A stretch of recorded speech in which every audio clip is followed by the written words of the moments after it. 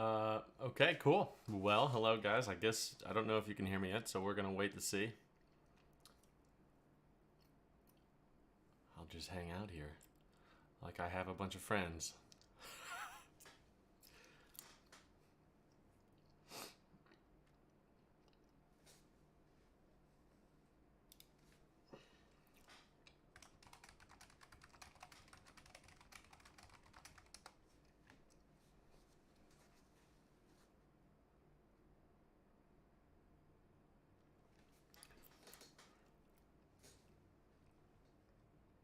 Okay, perfect. Um,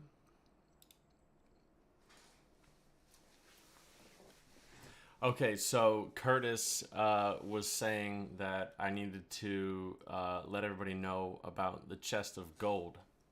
So the reason why I'm late because of Curtis is because I'm looking at the mic like this is a person I'm talking to. But I'm late because of Curtis because I had to go into my garage and get this little thing for everybody.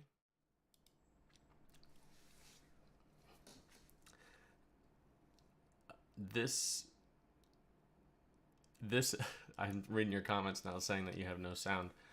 You may want to turn your volumes up. But here's the chest of gold. Curtis, I know you'll like this.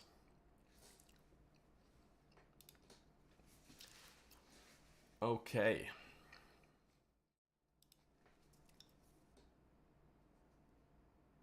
There we go. Perfect. So, how's everybody doing? I hope everybody's doing good. This is going to be basically just a little hangout session, trying to ask and answer some questions to just kind of start everything off. It's like I said in the title of everything that I post everywhere. This is going to be an informal YouTube live. No plan specifically for how long it's going to last. But we're just going to kind of hang out. I want some of you guys to get to know each other. And then if you've had an opportunity to listen to the podcast that was released 2 days ago, you can ask any questions on that. But other than that, we'll just kind of hang out. If this is a 20-30 minute YouTube live, that's great. If it's a 3 hour long one, that's great too. So we'll just kind of hang out and enjoy it. I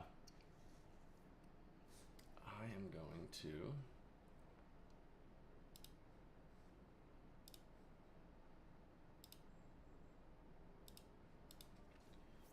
let's see.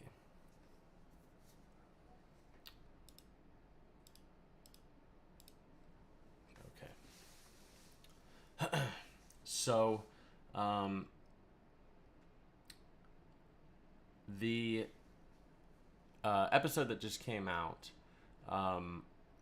about setting goals and being able to build a plan and everything is going to kind of set the stage for being a little bit of the foundation of the whole podcast for the rest of the year. And you can see it's probably pretty annoying for some of you who haven't done it yet. There's a little poll in the comment box that asks you if you've submitted your shooting goals on the website. And the purpose of that is because I want to be able to use that information that you submit to actually go through and dissect and help and to coach and teach all of you personally, kind of, but also incorporate it into the podcast with that content. So if you have not done that yet, I would highly recommend going ahead and doing so. That way you can be up to date with everything. It'll be really important for this podcast for you guys to it'll be important if you want to be involved live with the podcast for you guys to keep up to date with some of the stuff that I'm releasing as like suggested homework and other type of documents or surveys to fill out. You know, if you can't get to it last minute, that's totally fine because everything's going to be kind of compressed. I know personally, like I don't have time on a weekly basis to do all the things that I'm even suggesting to do. But the reality of it is pretty much 100% of my students shoot and practice more than me. So that's hopefully you guys, it's set on a good time frame for all of you guys to be able to follow through with it pretty good. And if you get behind a little bit, no big deal. But if you want to be incorporated on the podcast in live episodes and stuff like that, then it would be important,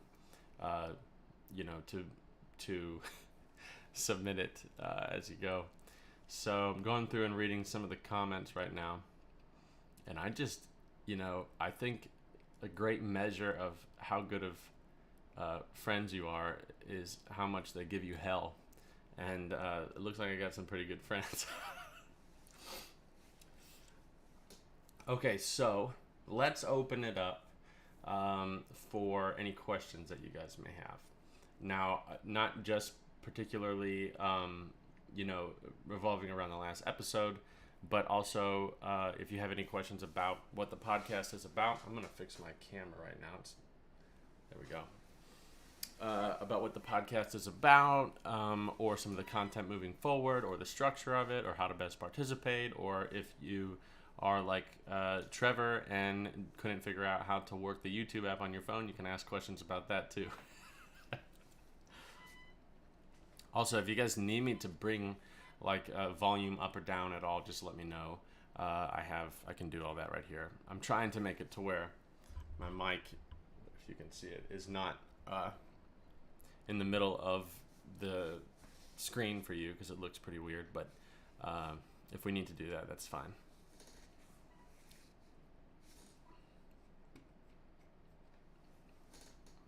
So I will hang out.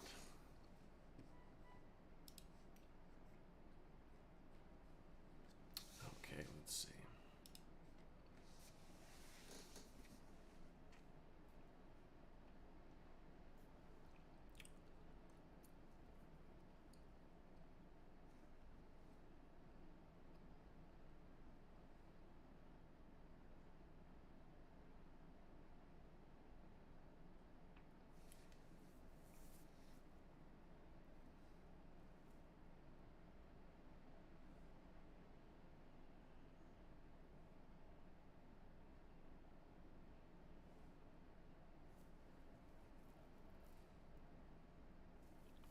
Okay, I'm seeing a lot of stuff about lag. I'm gonna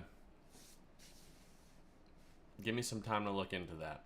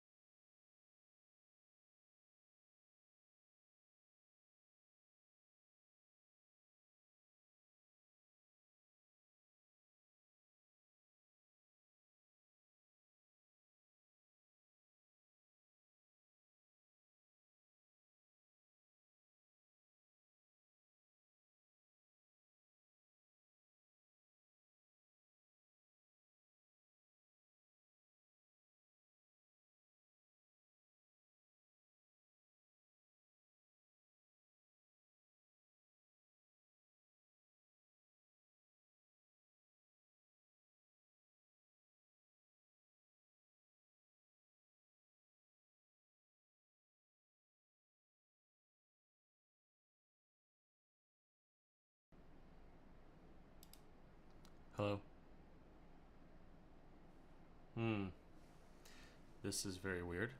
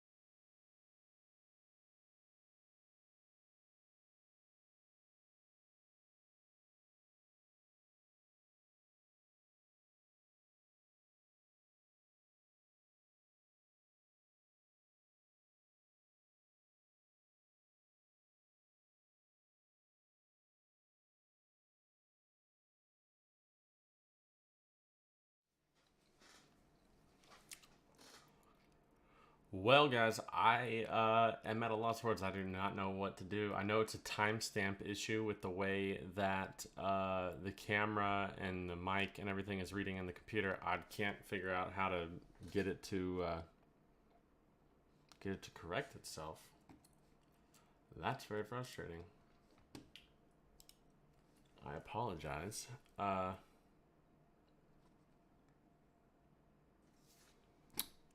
If anybody is really good with computers and knows what to do, I would highly appreciate a recommendation.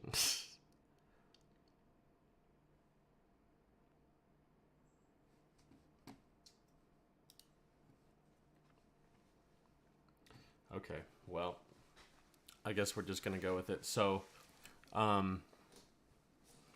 okay, so I'll go up. Yeah, okay, so you can hear me now. The next time I do this, I'll try and figure out what the heck's going on with this, and we'll take it from there. So I'm gonna scroll back up real quick and look at. I saw some questions that were asked. Duke Durham's one. He said, David, how would you suggest somebody go about making goals if they have never been a goal-oriented person asking for a friend? I'm sure you're asking for a friend. I mean, my question would be, and I'll work with you as we go on this, so I'm going to need some feedback from you. But my question for you would be,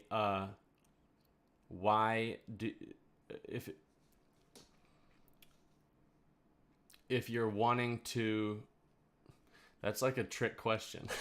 Because if you're not a goal-oriented person, but you're wanting to make goals, then that in itself should negate it.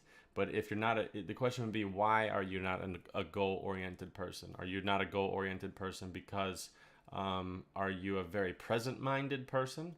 Are you somebody who is? Are you saying that you're not a goal-oriented person in the realm of shooting, but you are in other things? Or are you just saying that you never really have set goals? Give me a little feedback on that, and I'll help you answer that question better. Because I could give you like a generic question or a generic answer that wouldn't really help you. But if I get some more info, I'll be able to give you a better answer.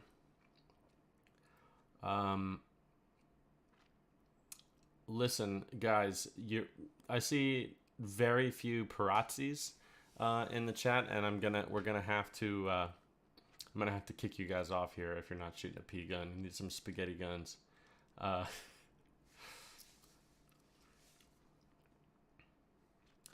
right, just give me a second to catch up on all this.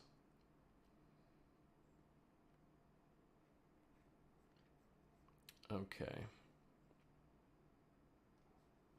Yeah, Ron, you're saying we may need some kind of video delay. My problem is I don't know the length of time that I have a delay in the audio, so I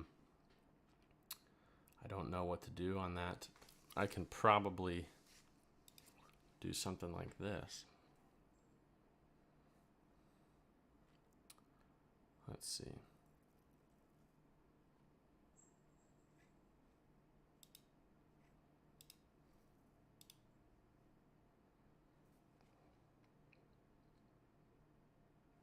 Wonder what happens here.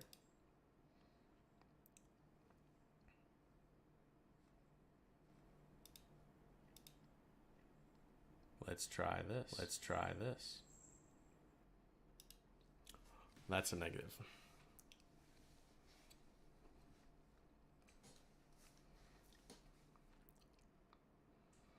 Okay, so Duke, if you are a very present-minded person,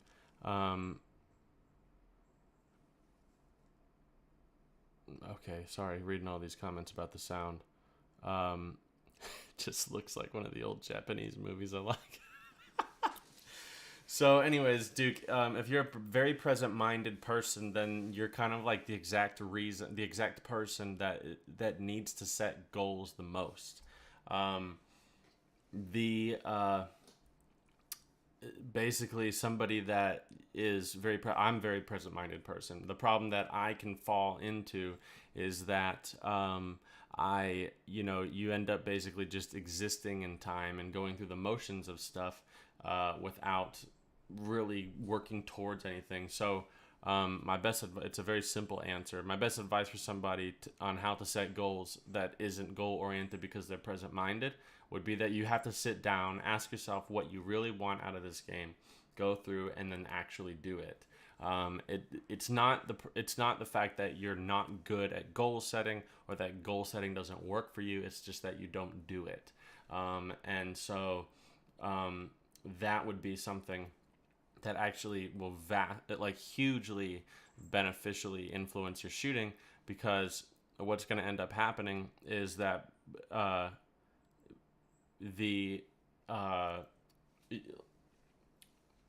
it's just going to allow you to probably, for the first time in a while, if ever, actually shoot and practice and work towards accomplishing something. So that's an easy answer. I'll go on mine, but never write anything down or anything. Yeah, I'm the same way. It's very hard for me to put things on paper. I'm somebody that likes to keep everything in my head, which can tend to be fairly disorganized. And so not following through on that process is pretty much the biggest strike towards hurting your shooting in as far as goal setting. It has nothing to do with that it repels you or doesn't work for you. It's just taking that first step.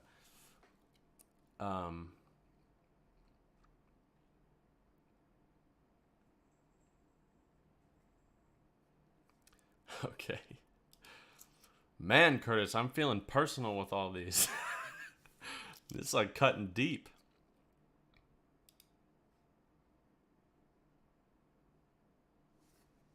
There we go.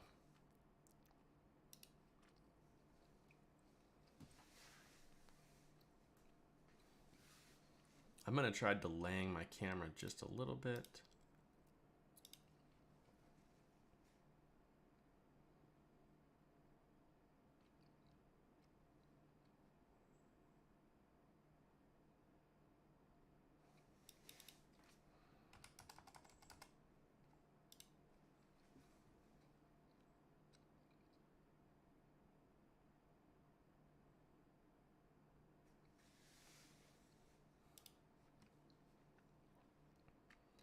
And we'll try this. Oh my gosh, I keep trying to click this thing, and every time I do it, I get an email, and it won't let me click it. Okay, so how much does weather, cold, wet, wind, impact your mental game? How do you stay focused? So Jason, where do you live? Let me know that. The short answer to that question is that it impacts it as much as you allow it. There's a difference between being interoceptive and extraceptive, and where you're placing your conscious thought process and your attention.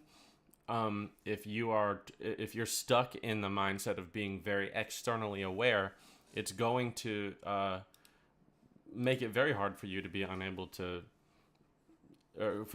to not allow that to influence your shooting. Because basically you're just going to be constantly thinking about, oh, I'm wet or I'm cold or whatever it is. But I'm sure that you have noticed in different weather conditions that you've been shooting in, where there are times of greater focus towards the process of your shooting, that you tend not to notice those things. It's almost like I grew up in Ohio, so I'm very used to shooting in very, very cold weather and doing anything in the cold. But one of the things that's like just so obvious if you in the middle of it is if you start like if your hands are freezing cold because you can't shoot with gloves or something, and you're thinking about how much your hands are cold and you can't feel them and they hurt, then just because of where your conscious attention is, you're going to flip to being more interoceptive, very much aware and sensitive to that thing. But the millisecond that you get some type of external thing that happens that just grabs your attention and you start thinking about that, if you can focus enough on that thing, it's almost like you're totally unaware to the fact of what your hands feel like.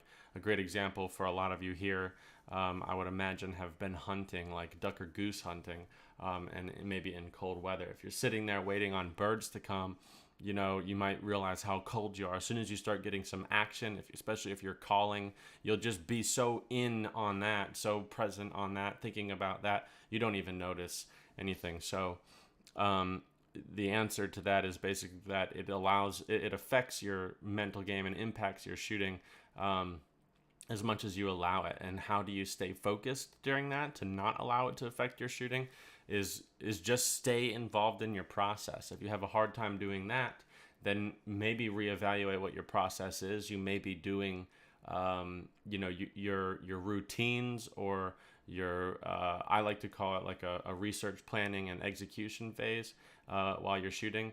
You may be more going through a checklist of things and actually getting involved and cognitively immersing yourself in that thought process. So you want to reevaluate, if you're doing the things that you're doing because you feel like you're supposed to, or if they're actually working for you and if they're beneficial and helping you. Hopefully that answers your question. Okay, so Curtis, it says, as we talk about shooting goals and signing up for shoots, maybe let's talk about overreaching in the form of signing up for too much at a big shoot and the plus minus of pacing oneself. That is and then you say, i.e. the exhaustion I experienced last year due to shoot after shoot. That's a great question.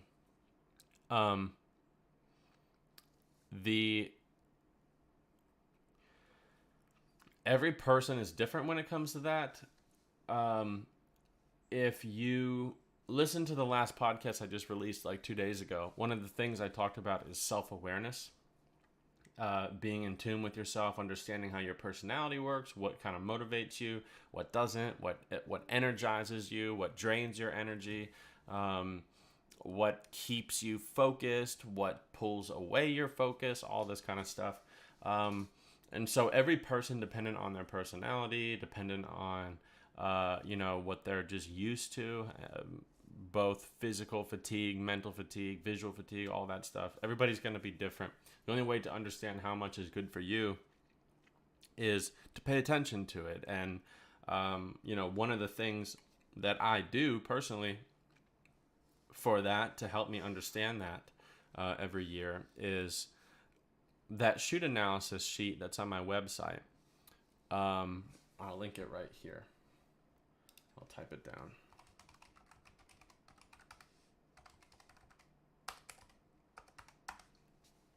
So if you're listening to this and watching it, you will get the comment that I just said way before I said this. But if you're running an analysis on yourself as you shoot tournaments, one of the reasons why early on that analysis, I have an entry for the date that you arrived at the tournament, the date of this event, the time of this event, and all that kind of stuff, is because one of the metrics that I think is important to track is the amount of shooting that you're doing and the time that you're doing it every day, and as you break apart a whole tournament.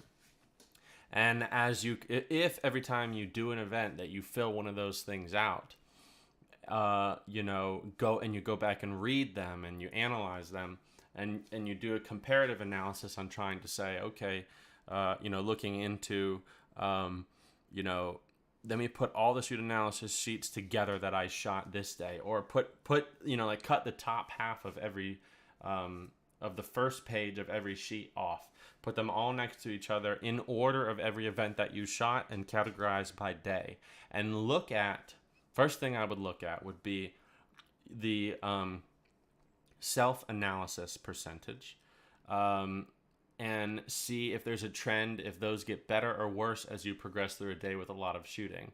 Then I would say look at individual categories. Look at like how well your research and planning is doing. Look at how effective you are in awareness or execution. Like, break apart the categories that you feel like would be influenced by fatigue, and do a side-by-side comparison, and then after you do that for a whole tournament, then try to make an adjustment in your plan or your schedule for the next tournament, Do the same thing again. Over time, you build data that will help you understand how to best structure a tournament. I know for me, personally, tournaments, like I pretty much can't shoot more than 150 targets a day that are serious. Like I can't seriously focus on more than 150 targets a day. So I like to, at most, schedule that much. What an ideal day for me is really honestly just one event. And if I'm going to be having to do two events, I always put the event that I care most about first, because I don't want to like overexert in any way. It used to be different when I was younger. It was a lot easier. Let's see what other questions we got. Yeah, Bob, I'm not a huge fan of shooting in the rain, but I will say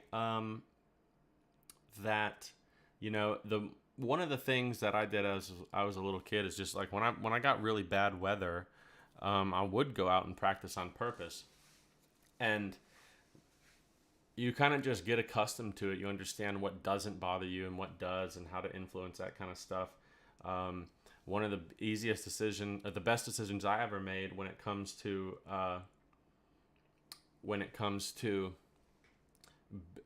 that being influenced by weather, especially rain, was just making the decision to quit trying to stay dry using rain gear. If it rains, I just get soaked. I mean, I just accept the fact I'm going to get soaked.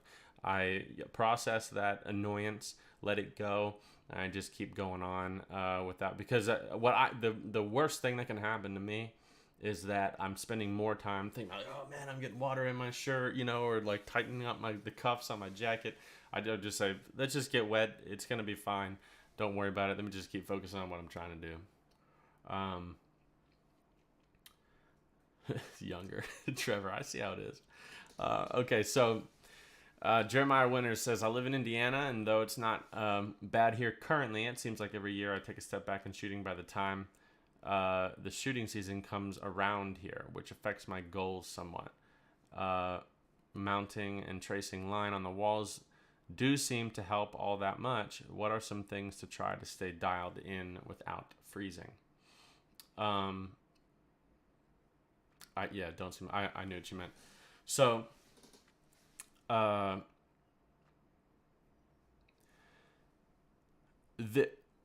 that's a great question. I think that, first you'd have to understand what, let me know, answer this question, Jeremiah. When you do go to start to shoot after the winter, what do you feel like is the thing that you have less, what's your lowest hanging fruit? What do you feel like,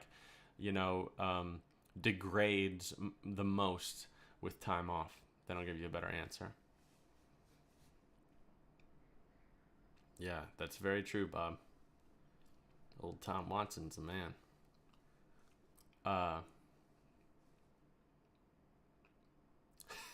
Hey, Nate, how's it going? I didn't see you here.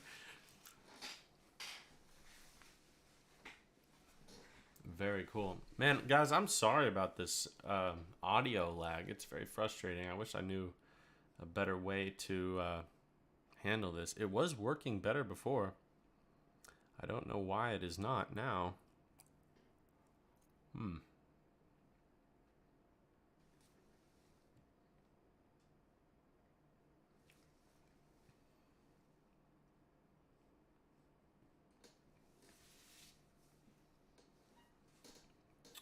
Okay, let's see.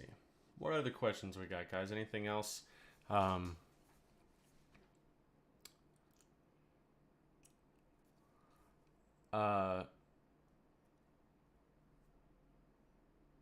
You snuck in.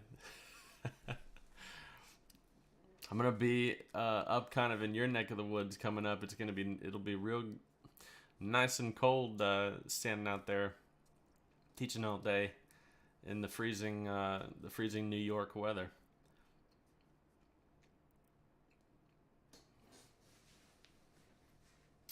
So let's do. Holy cow! There are a lot of comments that just came through. Okay, so Jeremiah, you feel like your connection with the target is the thing that leaves or that degrades the most.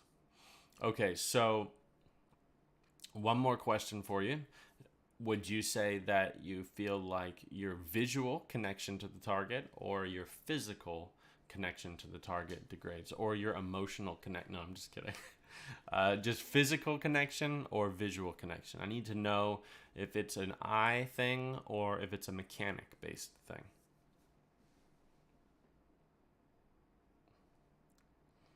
Nate, I would love to see it there, but I think you're the smart one of the two of us.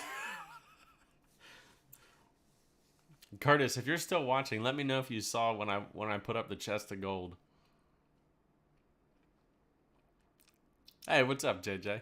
Yeah, I know. Every time, is it supposed to be in the terrible weather when I'm there again? Man, literally every time I come up there in January, it's a blizzard. Every single time. The last time I was, there's this club. For those of you who don't know, I'm talking about a club up in Rochester, New York. Every time I teach there a couple times a year, and every time I go, miserable blizzards. But the last time I was there in January, the course froze, and we had to plow the course as we were teaching. And I didn't. I wasn't plowing. I was teaching. And, I was getting a lesson on how to plow a course with a couple feet of snow in the middle of the winter. But anyways, in one trip, it might have been in 2 days back to back, I wrecked my car in the parking lot because of the ice. In 2 days back to back in the middle of the parking lot of the club. So, Curtis, I am late to a lot of things, but that one was probably the most late I've ever been to a lesson. Let's see. Oh, very cool. Okay, so, all right, Jeremiah just, Duke wants to know if I have a Strat or a Les Paul. Okay, Jeremiah, I'm gonna answer your question, and I'm gonna go back. Duke, don't let me forget to show you this guitar that I have in the back.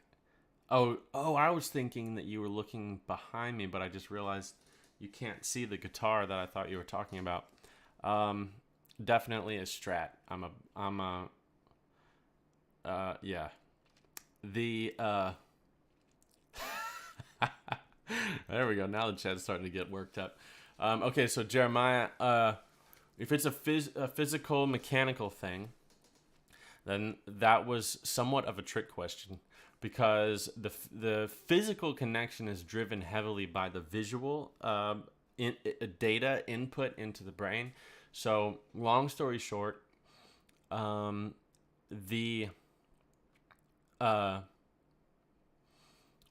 if you were to try to define how you feel a physical connection when you're shooting,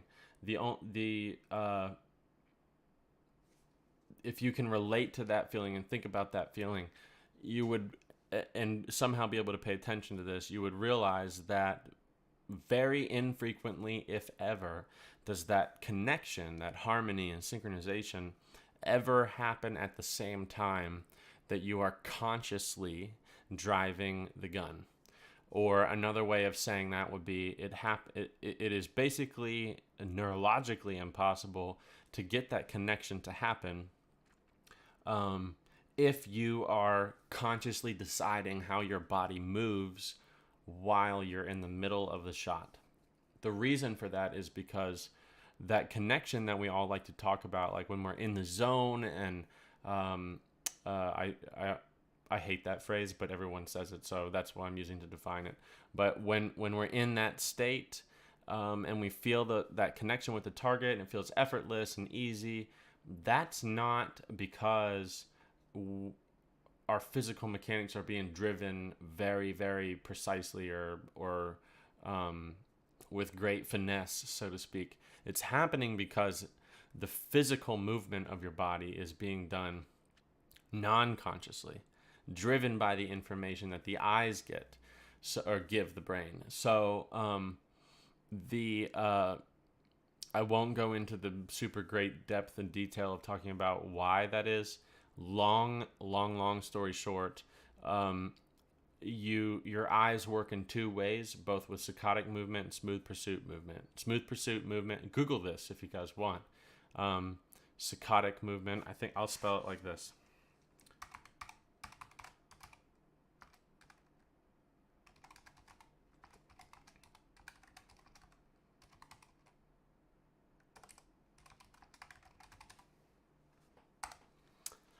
I think I spelled that right.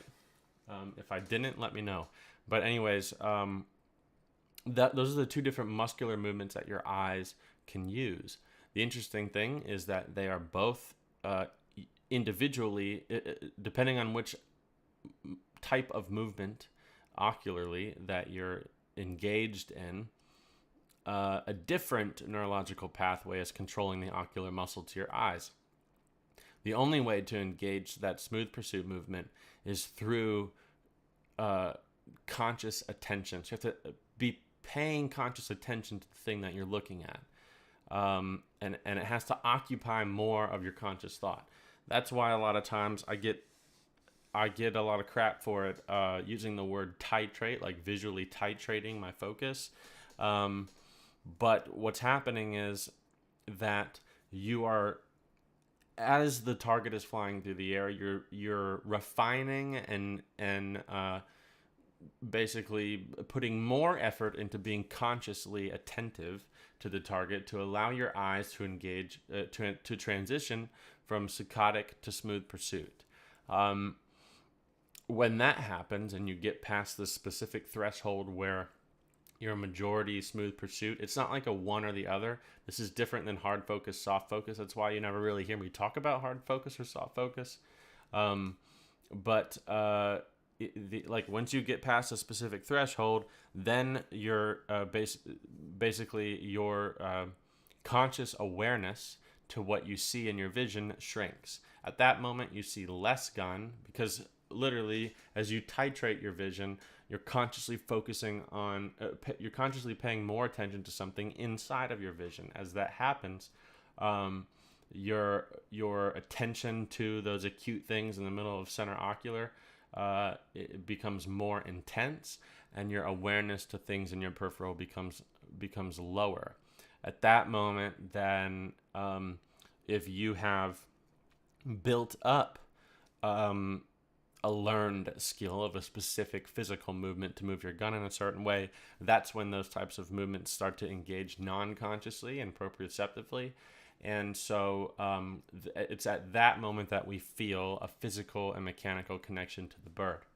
So a lot of times what happens, and I can speak very personally to this, if you take a lot of time off, you kind of just forget how much you need to pay attention to the bird. And it's not, you can't like physically focus your eyes on it harder.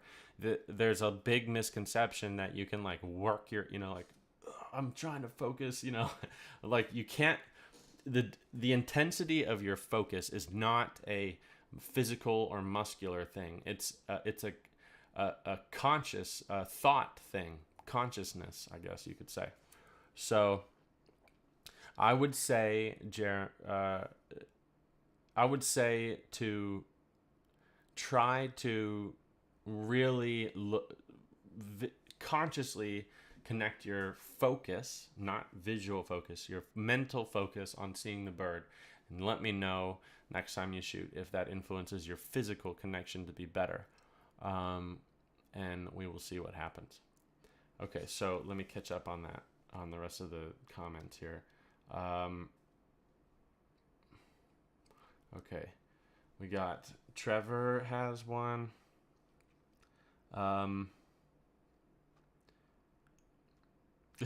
Alan wants me to wear this shirt next week. I'll wear it just for you, Alan. Let's see.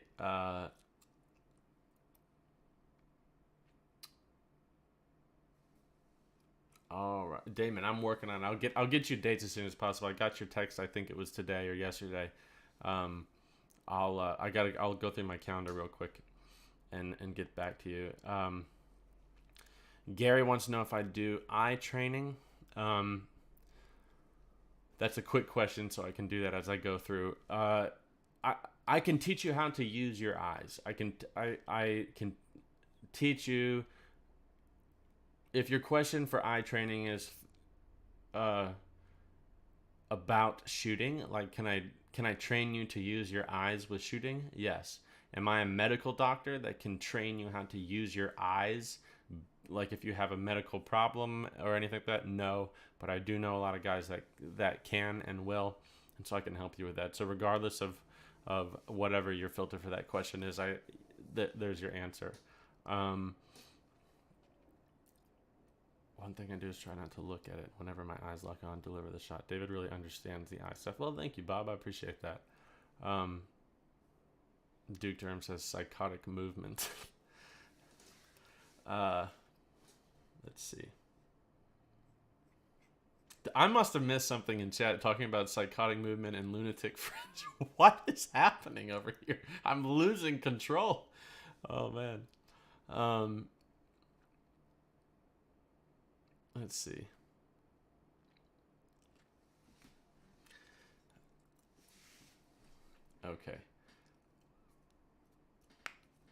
Okay, so Trevor, I'm going to go back to your question.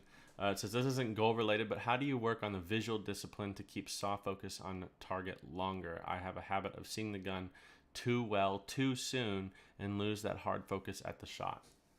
That is I know that's a good question. The answer is kind of hidden in the answer that I just gave Jeremiah. If we understand that the level of intensity of focus is influenced by the effort put into your conscious focus. I got to find another word for focus when I'm talking about what you're thinking about. What I should say, like the topic that you're thinking about instead of visual focus. The more effort you put into making the target be the thing that is what you're thinking about in the shot, that will drive a higher level of visual focus. If we understand that that's how that works, then basically by reading your question, if I reverse engineer what I'm reading, is that you are consciously deciding to see the bird too early, too hard, too early, or you are changing your conscious focus later. So what I just described about how the eyes can the eyes are influenced by the intensity of the mental focus and how they move, the same can be said through the opposite direction of that equation. So for example, if I work really hard to consciously pay attention to the bird, which allows my eyes to develop a high level of smooth pursuit style connection with the target. If I do that and my mechanical style, let's say I do that from the beginning of the shot, and the mechanical approach that I use, the technique that I use, has something called an insertion point in it. An insertion point is conscious. And so let's say I am trying to, I call pull, I mentally start engaging my focus with the bird. That increases the connectedness of my eyes with the bird. And then I get to the point where I'm trying to have an insertion with the bird. So then I go and I insert on the target. I just did all of that work in my mental focus for nothing, because the second that I switched my conscious focus to an insertion point, I lost all of that proprioceptive connection physically with the bird that's based on the titrated visual focus and conscious focus with the target. So then I would have to reestablish that. So that could be what you're experiencing, where that's a big difference between the way that someone like Anthony shoots and the way that someone like me shoots. And it's why Anthony teaches soft focus. I don't know if back when that mechanical style was developed if they understood the neurology of that, or and so therefore they decided to teach a soft focus until they have the insertion and the connection, and then switch to a hard focus because they understood the neurology of, I'm dedicating a portion of my conscious thought to an insertion point. I'm not going to be able to establish 100% visual titration with the bird to engage smooth pursuit movement. So I'll teach people to do soft focus, hard focus, or if it was just a thing that was experienced and then defined out of experimentation. But that is the case for me. I don't have a conscious insertion point, so I can immediately start trying to consciously engage my attention with the bird as soon as possible. Not possible for a different style of shooting.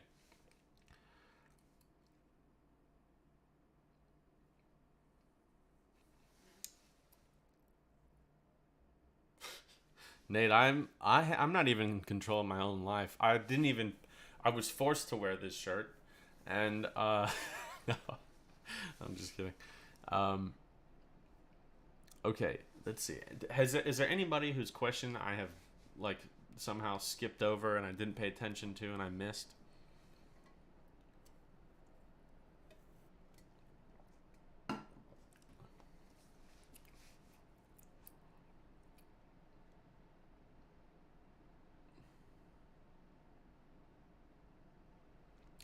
Yeah, Nate, I do understand that.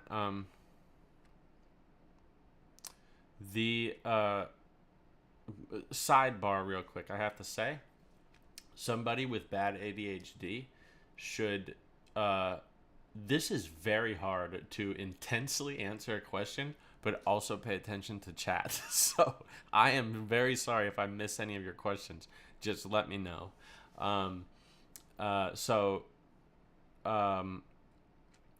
I see Damon asked a question, Nate asked a question, Trevor clarified something, and Bill asked a question. So I'll go in that order. Okay, so Damon says, I'm having a hard time really seeing the target. A lot of people say when you see the rings on the target, that's when to hit it. I'm really not seeing that at all, the clarity of that. Okay, so first off, what's really, really important to understand is that seeing clarity and seeing rings on a target is really a placebo that a lot of people will use to get your conscious attention to be on the bird. Just take all the stuff I was just talking about with your eyes and use that to process everything or to process your question. Is it possible for every person that's shooting to see rings on a target? No, for sure. Absolutely not.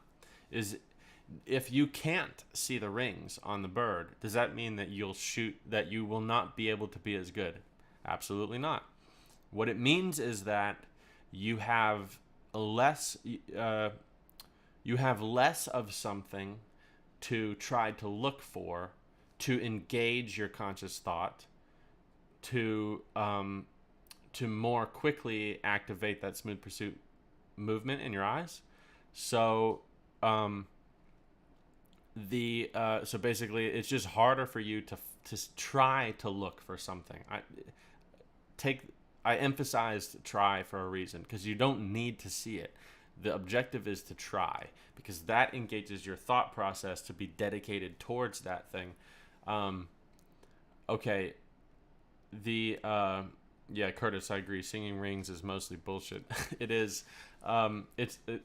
Truly, it's a placebo for people that coach the game to tell you to see the rings, because what they're doing is that allows you to bypass good mechanics to hit it. If you actually truly do see really good, if you are seeing the bird as best as you could and engaging with it and pulling the trigger when that target is at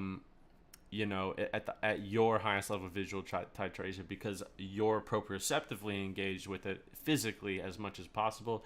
At the end of the day, proprioceptive connection beats a mechanical connection every single time. If I can shoot a target with a gun upside down above my head, then that in itself negates the need for good mechanics. The problem is that we just can't always have 100% proprioceptive connection to a bird every time, because things like emotion and desire and adrenaline get in the way. So good mechanics are built to replicate that on days that we don't have trust. So basically, Damon, what matters is that it doesn't matter that you can't see rings, but it does matter that you try to find them. So another way to look at it is just when you're shooting, try to look for the thing that's the hardest to see for you. If you do that, it's 100% the equal equivalent to if somebody with 20/8 vision is seeing a ring. It accomplishes the same thing. All right, Nate. Don't know if you remember the 50-plus yard target in Rochester that you said I was connecting with too soon. I never understood that. I do remember that one. Basically, the only thing that was happening tell me if I'm wrong. I believe that target was. It's gonna be hard to explain because every time I go there, the course is different. It was either like a station 1 or 2 or something like that. And it was a blackbird left to right with a little bit of roll. If you were looking at it like this, it went like. Did it go like that? Kind of black? Not kind of black. It was black. I believe I remember that one. Anyways, basically what I meant by that was just that there's a difference between connecting too soon physically versus you can't really connect too soon visually as long as you can hold that visual connection. But if you're connecting too soon physically, then that means you're doing it based off of a measuring, and we don't want to do that. Okay, Trevor says, I just tend to naturally get hard focused too soon. Quite often my brain wants to shoot as soon as I see it clear, but it's too soon to make a good controlled move. My answer would be get better at being able to be ready soon. I'm just kidding. Get good, son. Yeah. Wow, that was professional. My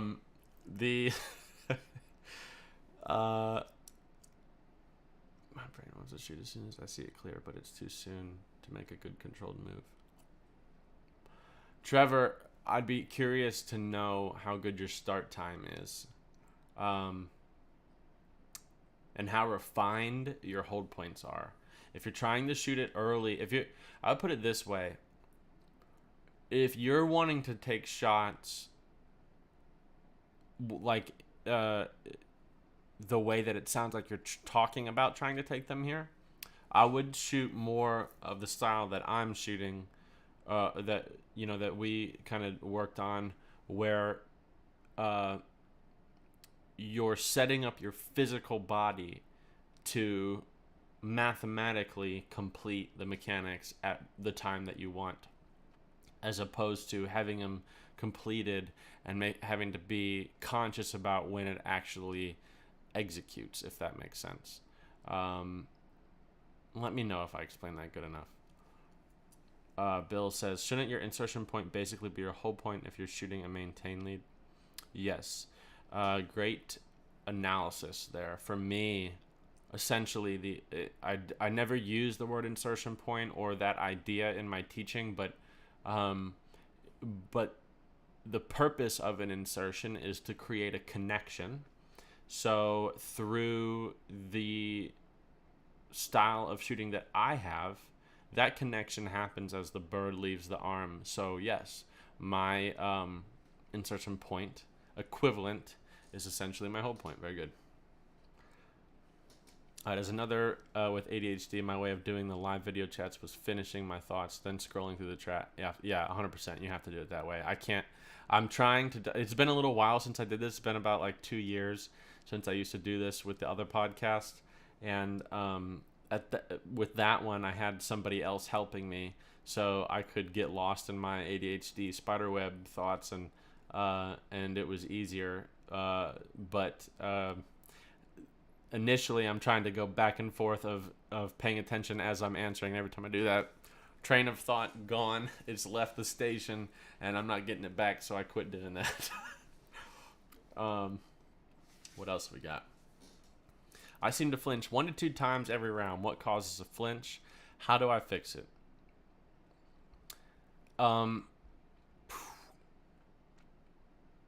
Jason, that is a very hard question to answer without seeing you shoot, because there are so many things that can cause a flinch. Here's my question for you. Do you happen... Let me know if you have whatever social media you have, preferably Instagram, because it'll send over a little bit better. If you have a video of you shooting, send it to me right now. If you if you have an iPhone, you can send it to me over iMessage. But if you don't, just send it through social media, and send it over right now. I'll watch you shoot, then I'll answer your question better.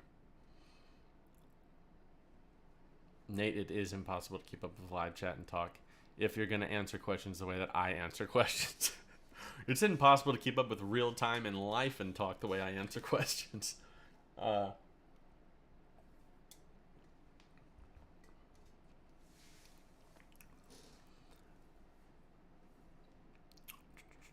Yeah, Damon Curtis just said it's more about allowing yourself to believe what you are seeing and trusting that. I would assume that would be in response to what I was saying to your question, and that's very good. Curtis does a good job of saying what I say in 40 minutes, but putting it into a sentence. Okay.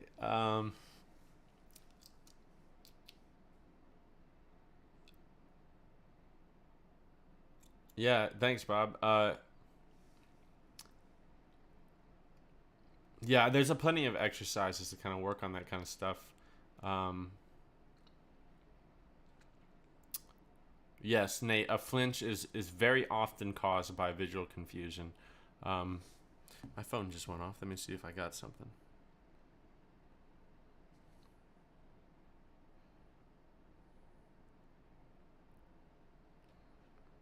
Cool. Okay, guys. So I have a student of mine who did something pretty cool today at his league. So and a huge part of him being able to do that is confidence. So let's do a little surprise, and it would be really cool if everybody could just type in "Congrats, Justin." I'm gonna put it in like this.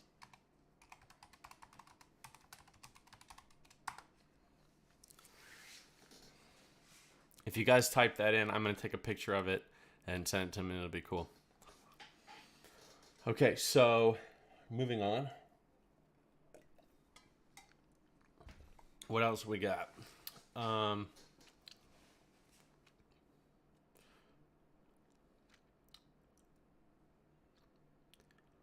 Let's see. Oh, it was an orange target, left to right, needing a lot of lead. It was the only time you ever mentioned lead. I remember mentioning lead too. I'm trying to picture the target, and I can't. If you can tell me, Nate, what rough station it was, let me know. All right, I'm taking a picture for him.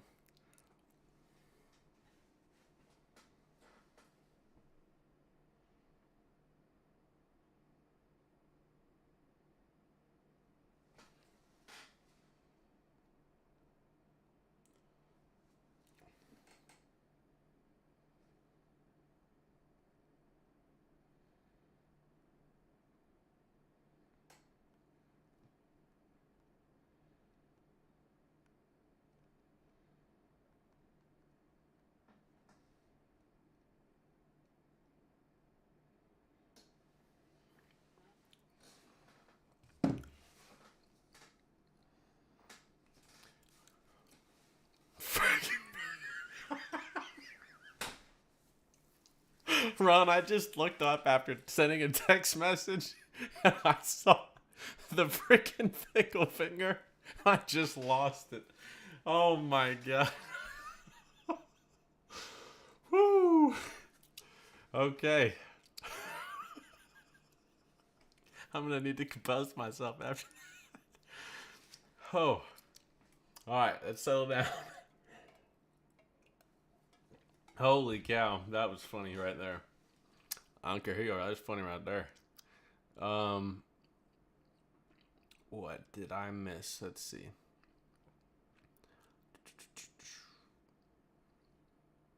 Start times are good. Trevor says, start times are good. Hold points need a touch more consistency. I don't mind shooting fast, as you know, but often I find myself shooting too fast for really anybody to make a consistently good move. I totally understand that.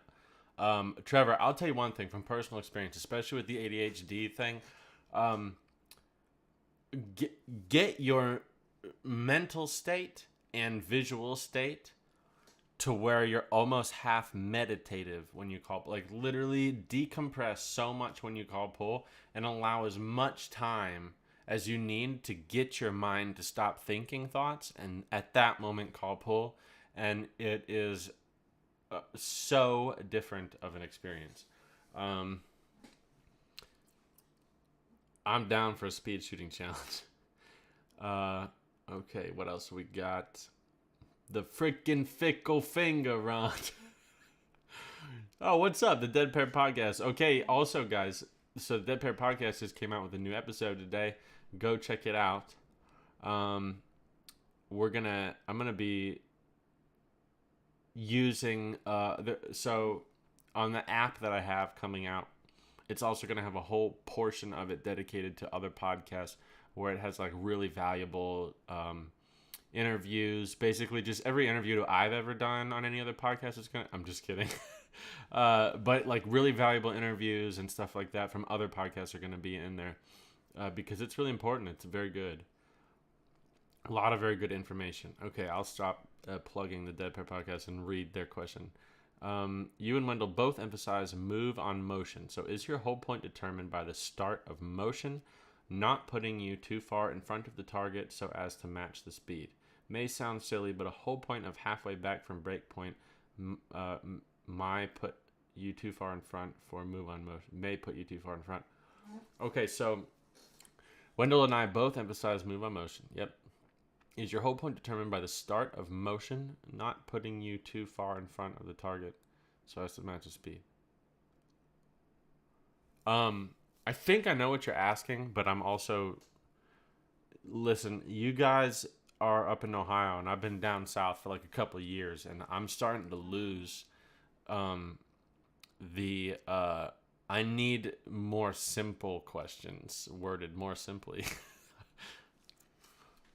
Just phrase that another way so I answer the right question, basically. I'm not saying that was a badly worded question. I'm just saying for some reason I think I know what you're talking about, but I want to make sure.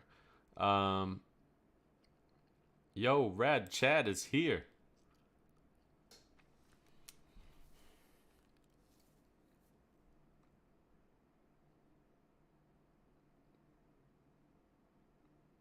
Couldn't find the video. Okay, Jason. If you next time you do go shooting, try to see if you can get a video, and then send it to me, because I should be able to help you with that pretty easily. I need to know the way that you shoot, because otherwise, if I see the way that you shoot, it can hugely influence what I know about what's happening. You know, like I'll be able to give you the right answer if I just see a few different videos that you shoot. Also, a question I would have for you is, are there specific types of targets that you notice tend to make you flinch more, or do you feel like it's pretty random? Let me know, and you can answer that question now, but are there any consistencies to what's happening?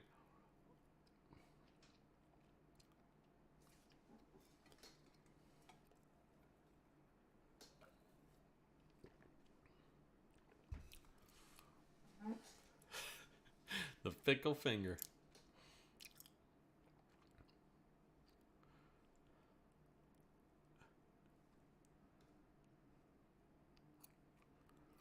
That's weird. I have a very strange phone number calling me. It says Supreme. Interesting. Okay. What else do we got? Have only had 2 in the last 300 targets. It was definitely a visual problem. Good job, Ron.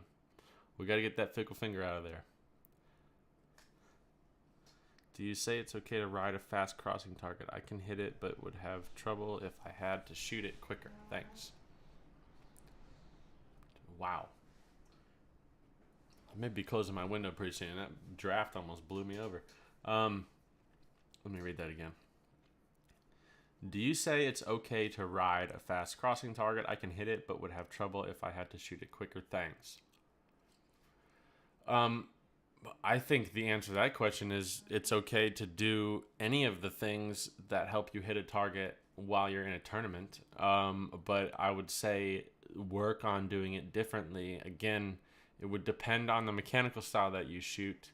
And what your definition of riding a fast crossing target means. By riding, do you mean with the gun in the face, and then, or do you mean just like shooting it later?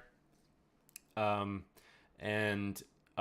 also, if you had to define the style that you shoot, what would it be? And have you ever had any coaching, and if so, by who? Then I'll answer a better question. Guitars, man. Oh, yeah.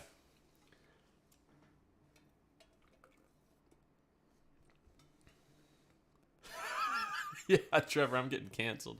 Okay, Duke, I thought when you asked that about my guitar, I thought you were talking about, I thought you saw this. I'll go get it real quick.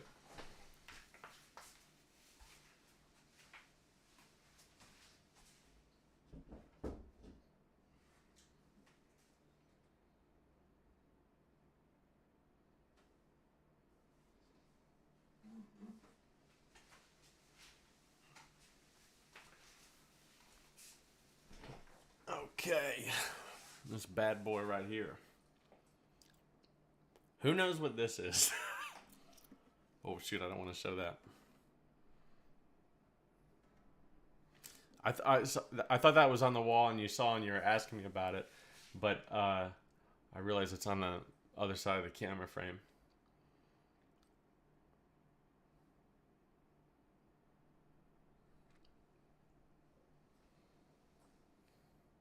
Autofocus is going. I want autofocus on.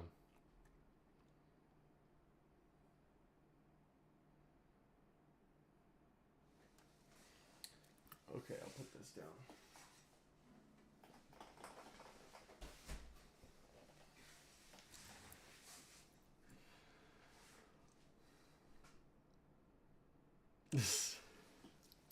Okay, move on motion is supposed to put you in sync with the target, correct? Yeah, I don't really use the phrase move on motion. I just talk about start time. And I try to make my start time equal to the bird. But yes, it should put your physical movement in sync with the bird.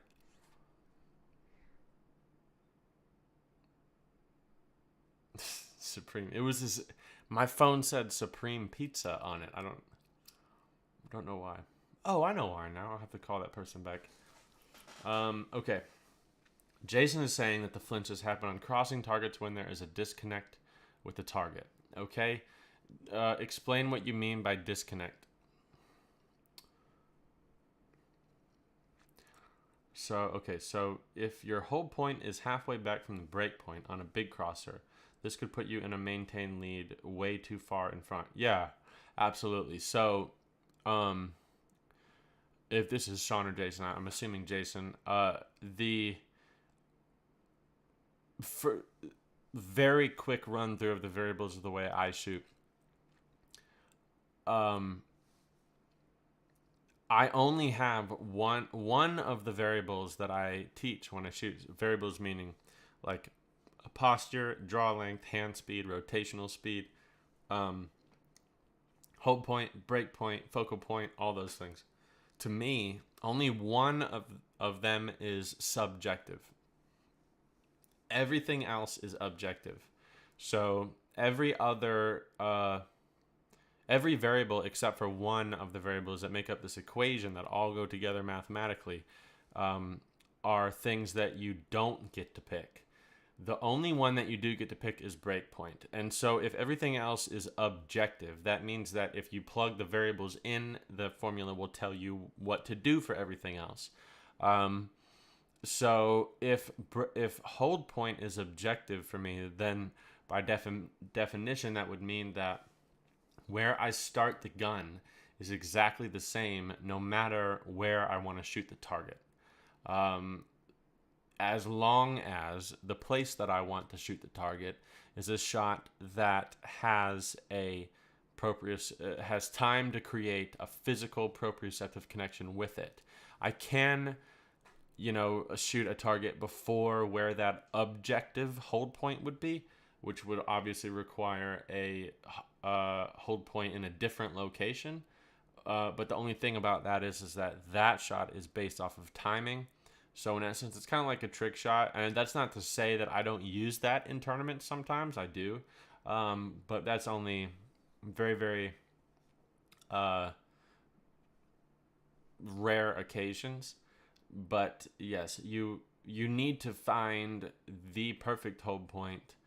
So if you're going to do that move on motion, so to speak, because otherwise, if it's not correct and your start time is good, then it will force you to be conscious visually with some stuff peripherally later on down the road in the shot. It will. When I say force you, I mean it really will force you. It has to happen because there needs to be a correction made.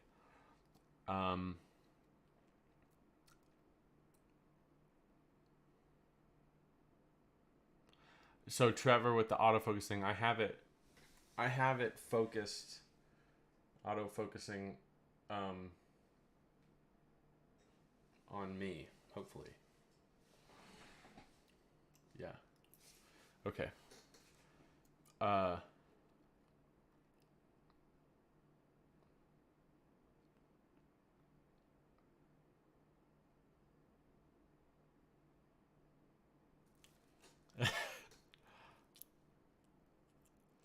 Wait, Duke, are you saying that you want...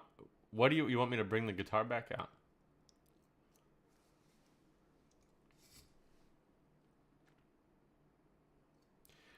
Question for whoever is watching this that may know something about this. I keep getting a warning that's saying my stream's current bit rate is around 2,700 kilobits per second. And it's a lower than recommended bit rate. And they recommend me using a stream bit rate of 9,500 kilobits per second. Could that have anything to do with the audio lag? If you know, let me know.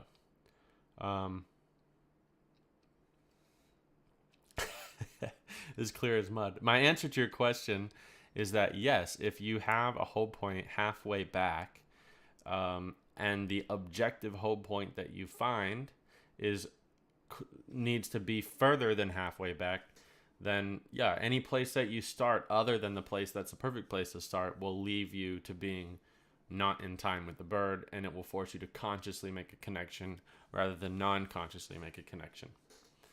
For $20, I'll tell you how to find the objective hold point for every target in 2 attempts every time perfectly.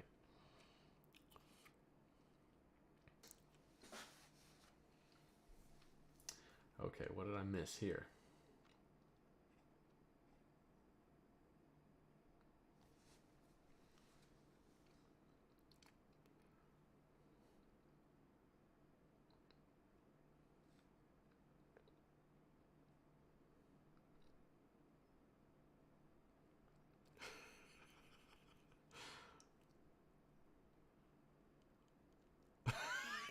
God dang, you guys are brutal.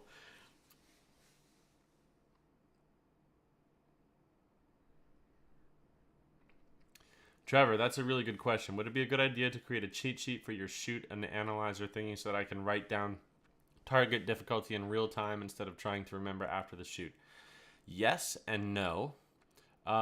Maybe do it this way. Do a cheat sheet that you just write down the number during the round. But then afterwards go back through and try to do it without that. Once you finish it, then go back to your cheat sheet and correct the numbers that are different. The reason for it is because there's a lot of things that shoot analysis sheet tries to teach you without telling you that it's teaching you. One of the things is actually memory recall as far as targets and experiences go, because the purpose of it is to develop your recall ability for pairs and be able to process that through assessing the difficulty of it and reliving the experience of shooting it, so that the more that you practice that mental exercise, the more efficient you get at doing it, and then therefore the more efficient you get at doing it, the easier it will be for you to use that skill when you're actually shooting, for the purpose of being able to, like if you see a pair and then there are similarities in that pair to other pairs that you've shot before, you will have easier accessibility to the decisions that you made in the past on how to shoot that, because seeing that type of target and will just kind of like invoke that automatic recall, and then you can eliminate the probability that you will be making the same mistake twice. So I would do it that way, but that's a good idea. That way you can have it accurate.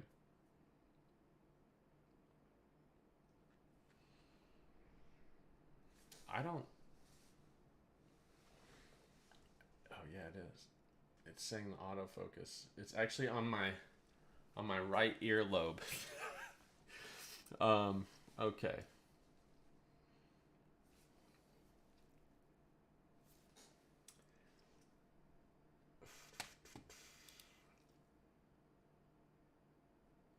Okay, cool. Ron, I'll change the bit rate next. I think in order for me to change the bit rate, I may have to end the stream. I'm not really sure. So I'll just do it.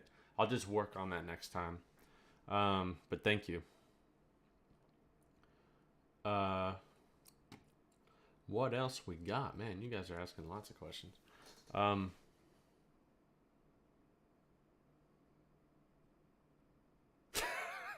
I do remember that target now, Nate. Yeah. That's the issue, is that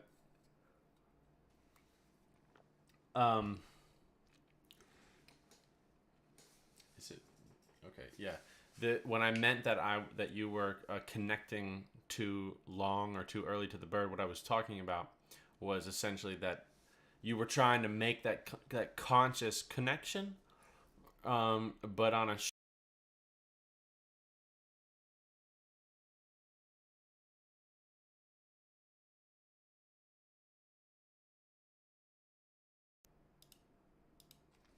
yeah, I keep getting that warning. We'll see. All right, what else do we got here?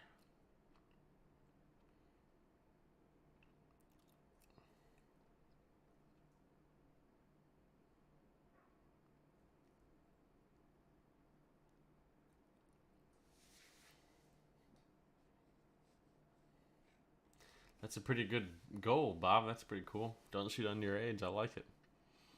I hope I don't.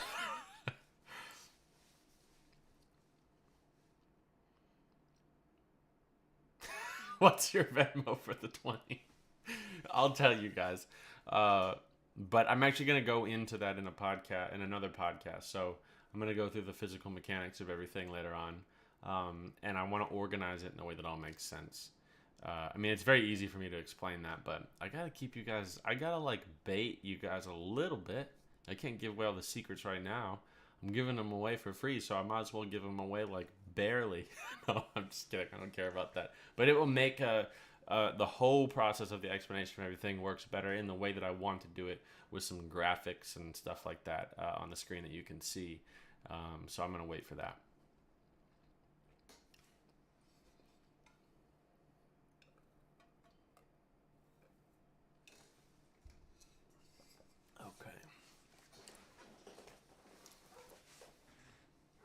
Can you guys hear my neighbor's dog going wild?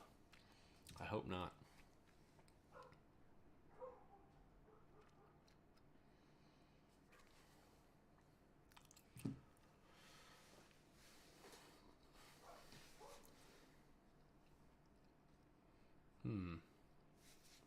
Okay, any other questions I seem to have missed in here as I was going off on the deep end and other ones?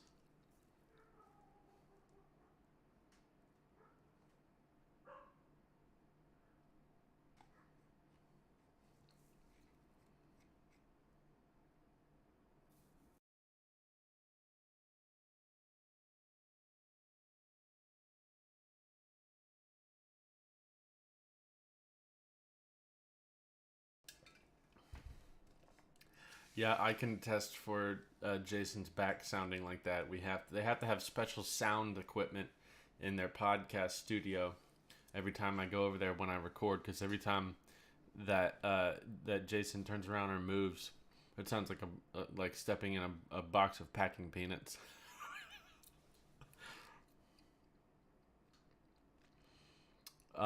Bill, no, the shoot analysis sheet does not only work on the registered shoots. It works for anything, and you can just modify it.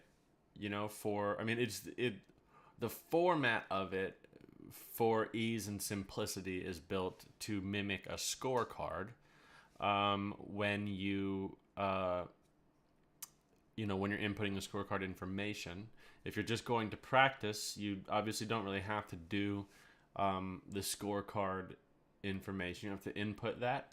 The difference, though, is if you, God dang, if you're not keeping score and you're using that shoot analysis sheet, uh, the a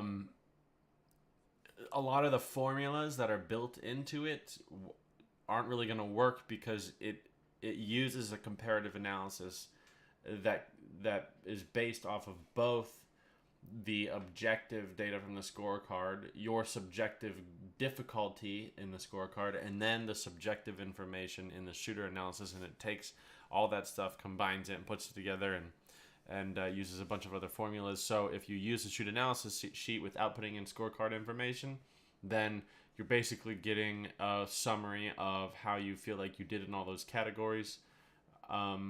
But you can always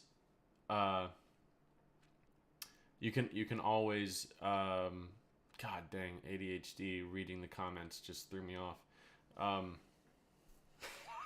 Totally gone. Totally gone. Now you guys know why I take so long in between each pair. Because if I see or think of anything that distracts me, I'm gone. I'm lost. I gotta figure out why I'm even standing in the cage. But God dang.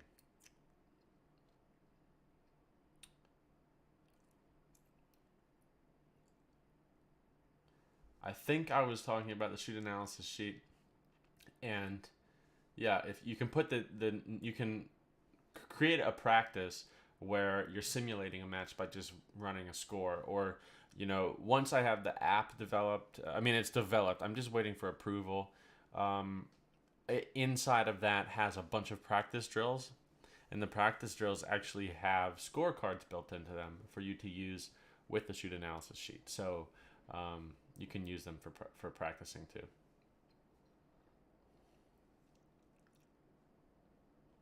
Yeah, use it after leagues, use it after practices, anything.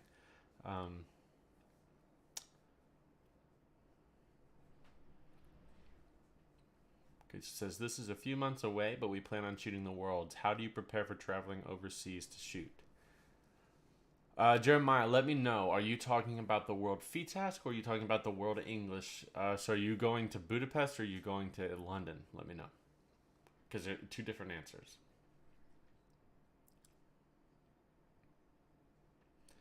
Is weed legal in Arkansas? I think it is yeah, I know it is medically. Like a quarter mile from my house, there's a store.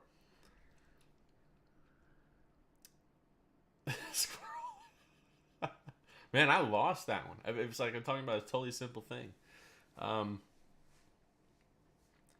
Asking for a friend with a flinching problem. Oh, dang, Jason, did you say something earlier and I missed it? An answer to one of my questions to you? Somewhere.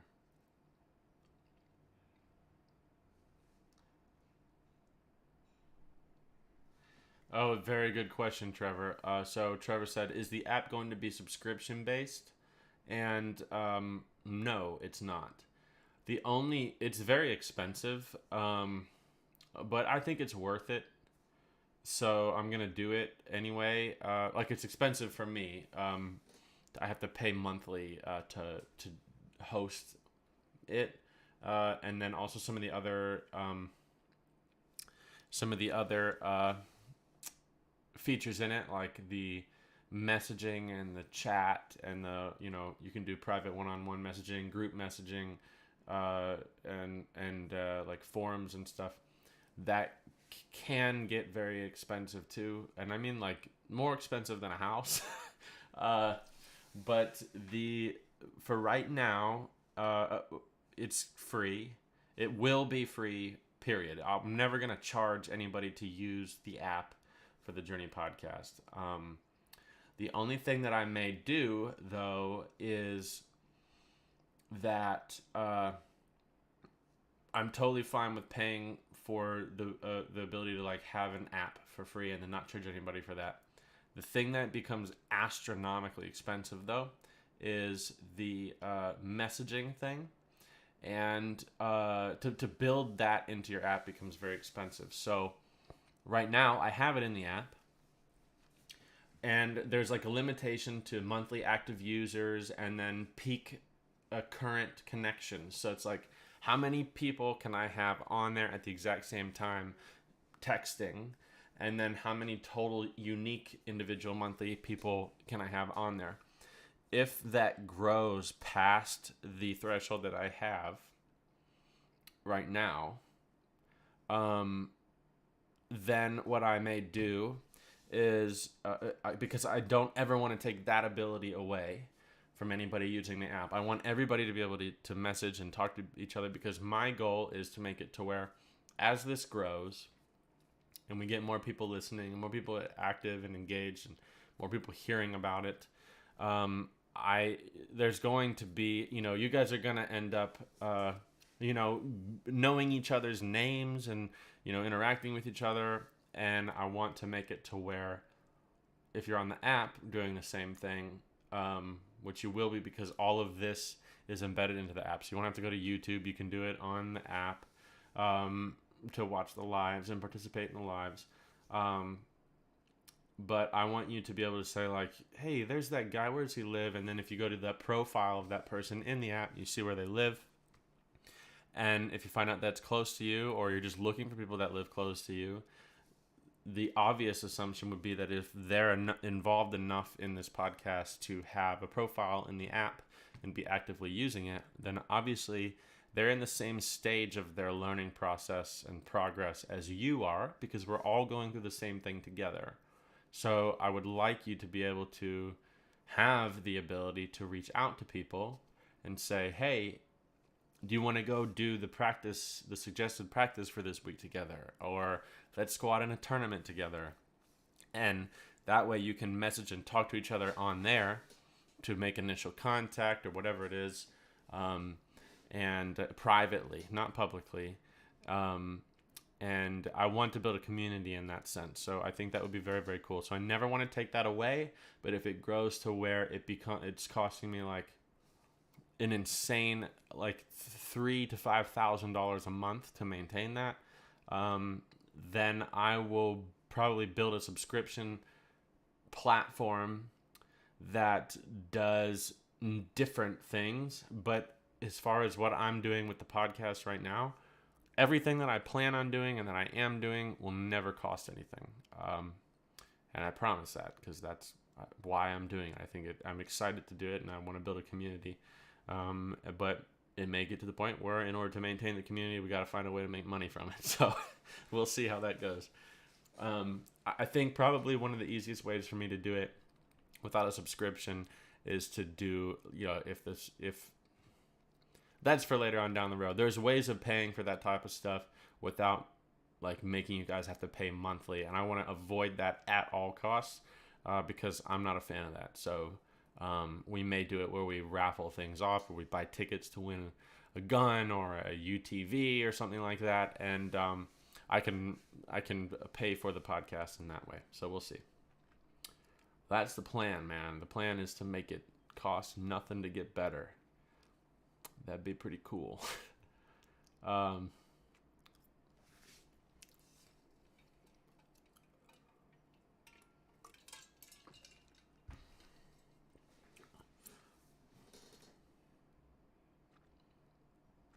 So Bill is wanting to know if it's available for Android users. Yes, it's going to be.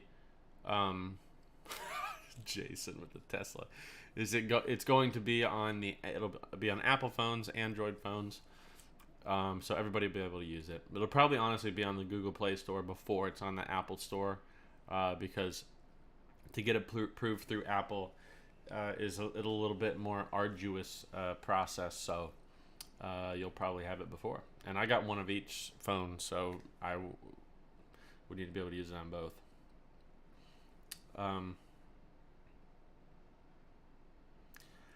Jason, I could drive my Tesla infinitely on a single tank of gas. How's that one for you?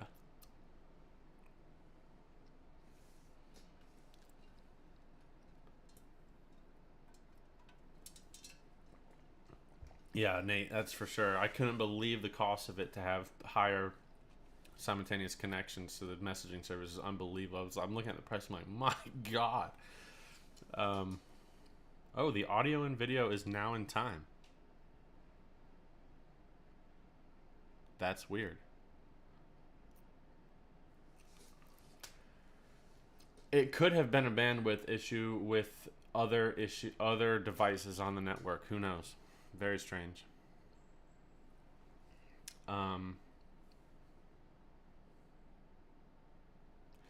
Paul, yes, I did think about a Discord.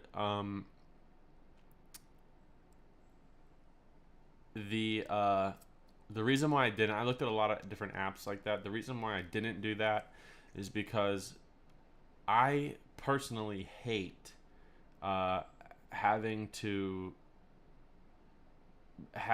check all these different I'm so bad at it. In fact, as I said that, Nate just said you have so many phones you can't answer texts. It's true. The problem is there's too many things to check, and I wouldn't want there to be a Discord channel and then an app to be able to look at the videos and host all of the documents and everything like that. I wanted to build it all into one thing. So I just, in order to do that and do it the way that I wanted to do it, I figured I'd build it into one app. And then the other thing is that for certain people, Discord and Slack and everything is kind of, I mean, if I'm going to be honest, Discord to me, it kind of looks a little confusing, even to me, and I'm very good with this kind of stuff. So with what my demographic of people are, I didn't want to have something like that. I wanted to make it look just like they were in their text messages on their phone. Let's see.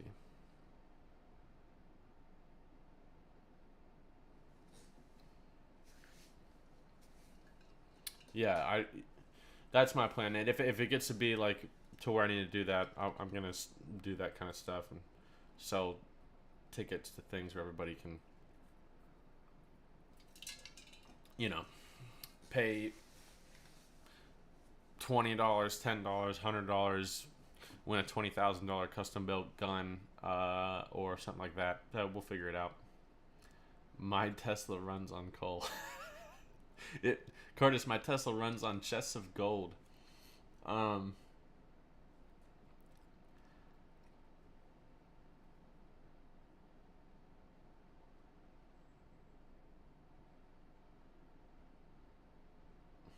Okay, so I'll go back. So Jeremiah says you're going to the EJ Churchill event. So as far as advice for going over there, I don't know how good you are at adjusting the time zones, but it hugely influences your eyes.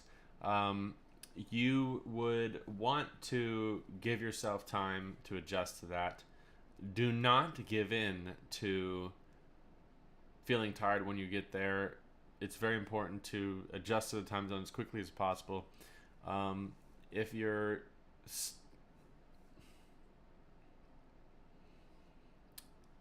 the biggest difference in terms of the actual shooting over there is just the targets.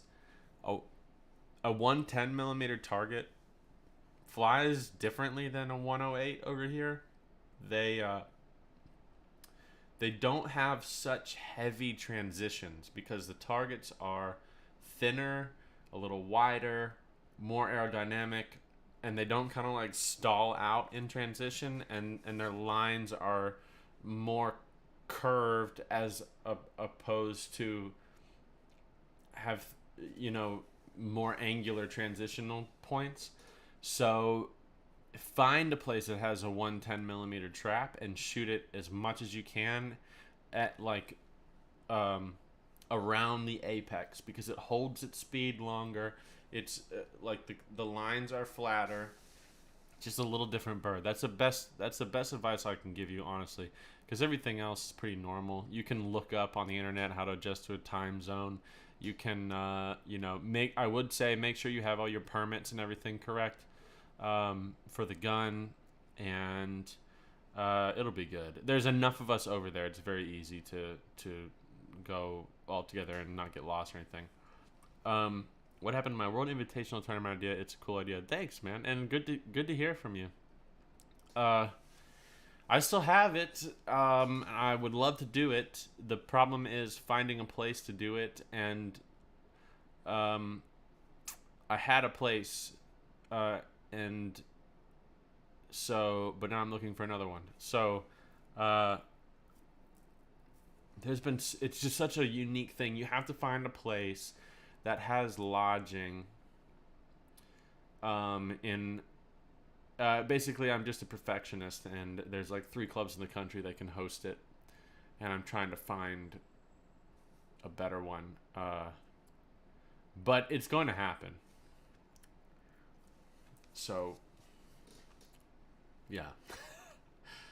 Let's see.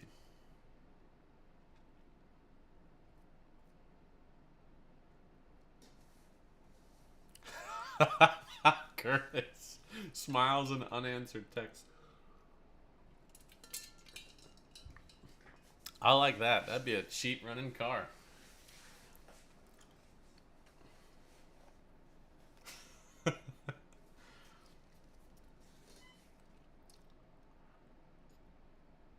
Listen, the unanswered text thing is getting better. I at least trying to get better, but we'll see. One thing that could help it would be, hopefully this community gets bigger and grows, and that would help. Very cool for all of you guys to be here through all this. I appreciate your time.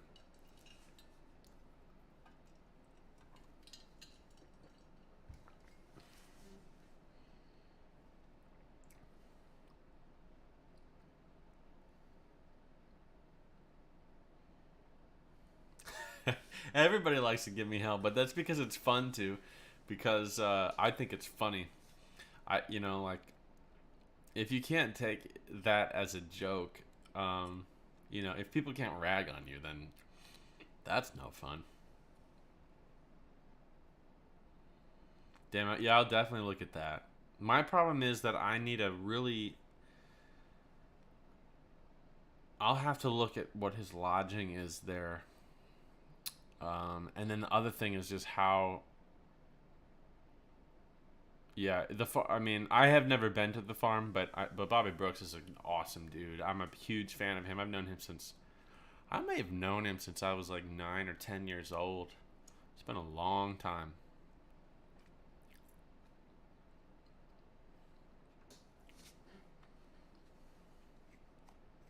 So what I'm gonna flip the script a little bit. Tell me with you guys. We have 40% of you have submitted your goals on the website. So for those of you that have, I got distracted on a comment about the shoot goals. for those of you that have, let me know in the comments. List one of your goals if you're comfortable with it.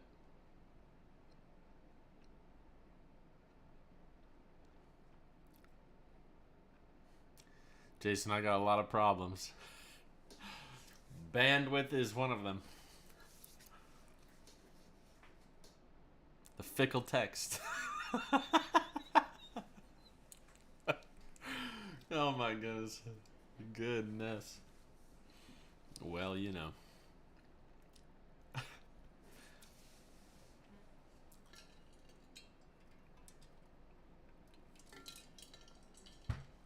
Yeah. Trevor, I am going to be doing this shoot goal analysis later this month. I think I'm going to end up probably just doing it. I think I'm probably going to end up doing it as its own podcast. But the problem is, or I should say as its own episode. The problem that I have is that I keep having so many people send things in that what I was thinking about while I was recording the one that I released 2 days ago was that the way that the course structure is for this month for the podcast is not really hugely influenced by what your goals are. So what I may do is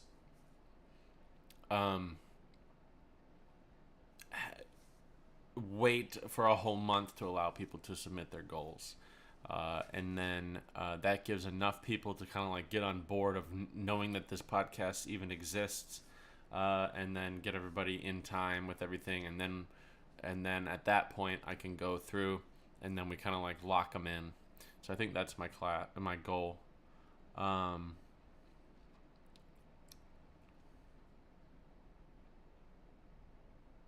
Very cool.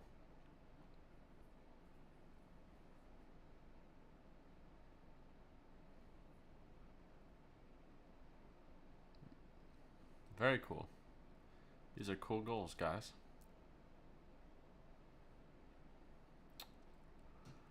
Name of the eye test.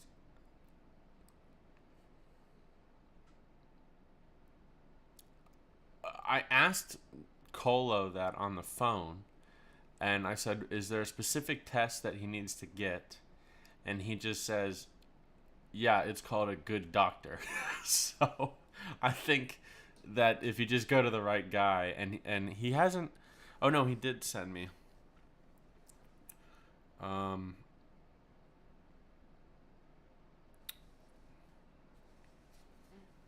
After this, remind me to send you the name of the doctor that I have. Eye doctor. Okay, very cool. We got winning class at the state championship. Getting my eyes checked is a goal. I love it. Another class at the state shoot. Lose 100 pounds. Awesome. That's awesome. Good for you. I did that a couple years ago. Best thing to happen to my shooting, for real. I went from, I want to say about 285, 290 to the lowest I ever was 186, I think. But right now I'm back up to about 205, which is where I want to be. My goal was 205, and I lost too much weight that I didn't feel healthy. But very awesome. Good for you. I hope that you do it, and you will. Getting back to where I was before COVID and my shoulder injury happened. Yep, that'd be good, Nate.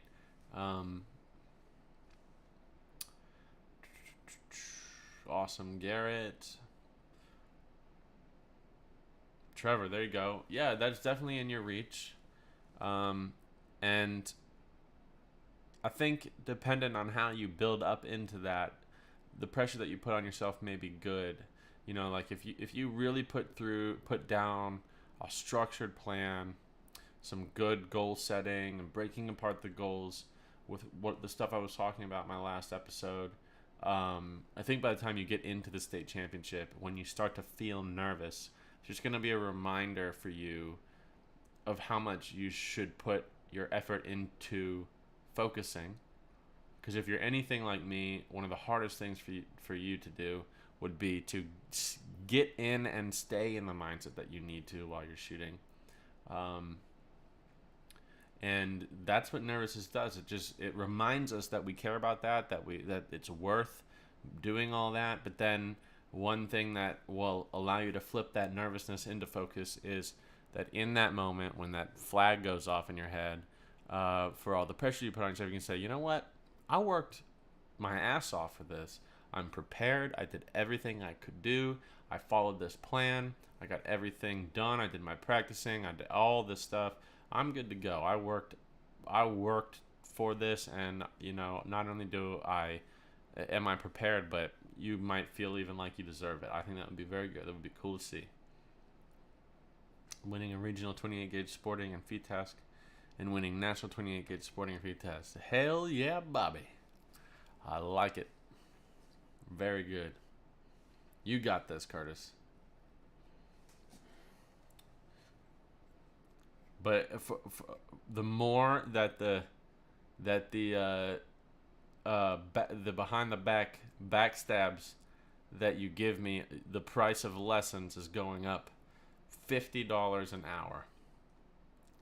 And with the interest in game board shells, I'm gonna slowly sneak a flat and hide it in my attic every time before you get here. You'll never know. There will never be any video or audio evidence of this. I'll edit the video.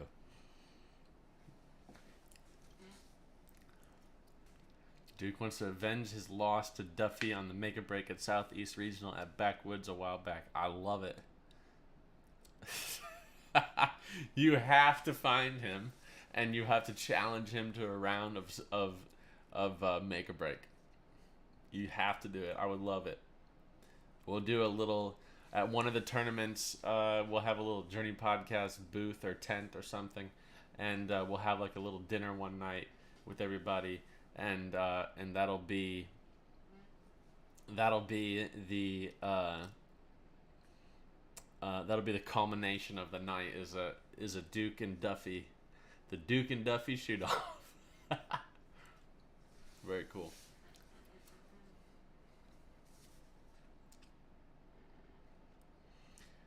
I guess a mini goal should be to actually practice. Yeah, you think?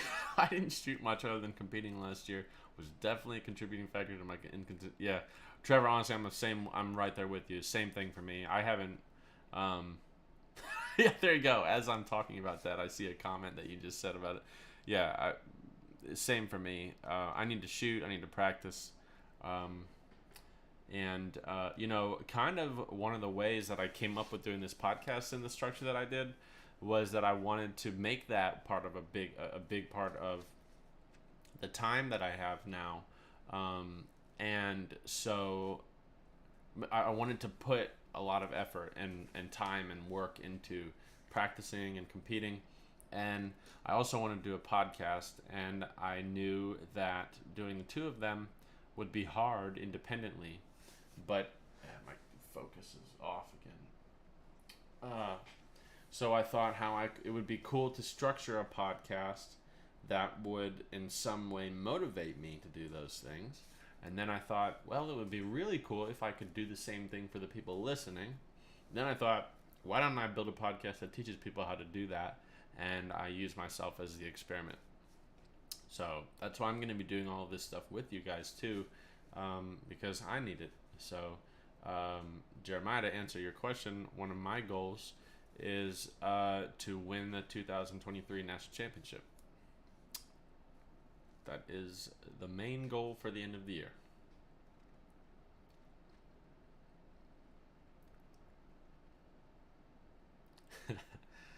Man, you cannot. Man, Jason's going personal with the P-gun insults. Listen, I think it's a testament to Perazzi how worn in that my gun is, and it still works flawlessly. I think it looks better now than it ever did. It's freaking awesome.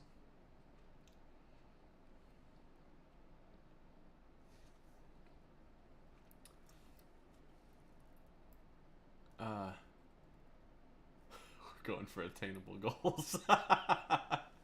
That's pretty good, Trevor. Hey, you know, you got to dream somehow.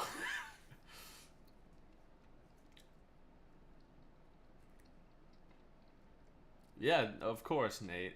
Thank you guys for being here. This is, I think it's going to be a really fun process.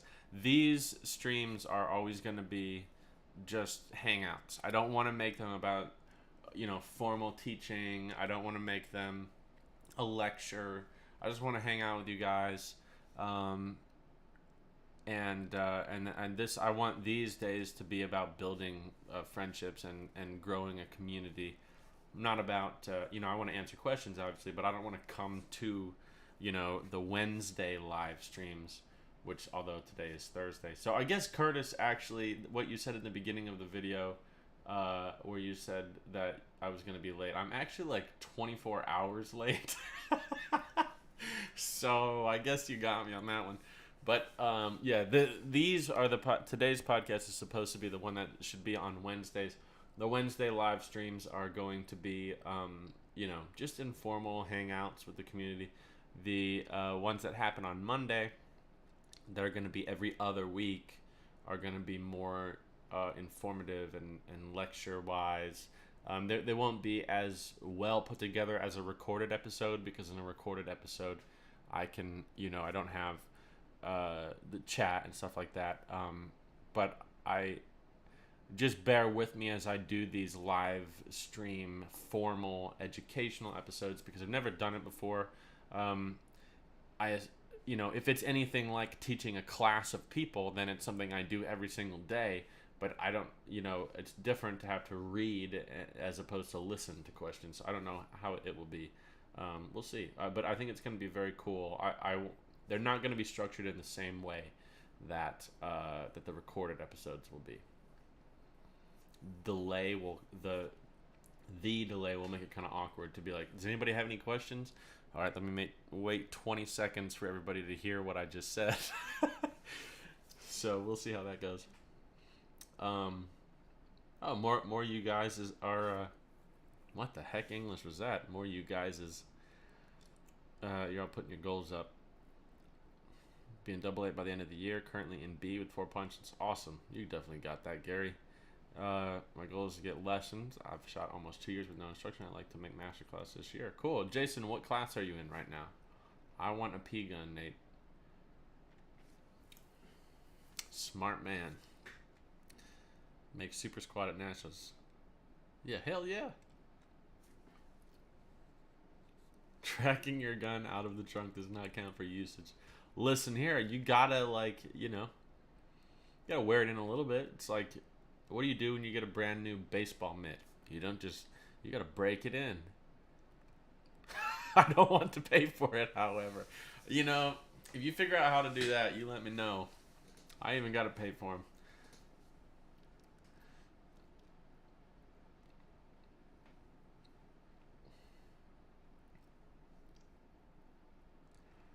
Bill wants to know if these are always going to be on Wednesday. Yes, the goal is to always make these hangouts on Wednesday nights. But if things come up, like if we're at if there's a big tournament and Wednesday is a busy night or something, we're gonna adjust it. But I'll always try to give you guys the most, as much heads up notice if there is a change as I can. But basically, the assumption will be going forward, and you can put on the calendar. It's on my calendar every Wednesday from 7 p.m. to 10 p.m. ish, at least starting at 7 p.m. I should say Central Time. Every Wednesday is going to be the informal YouTube live stream.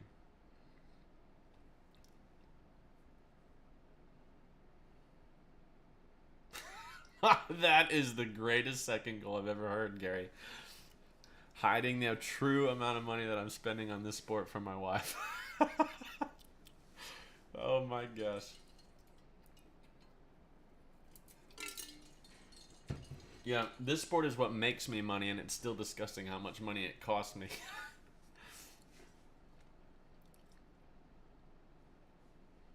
I should be in Florida, Trevor. I think probably a lot of you guys will be.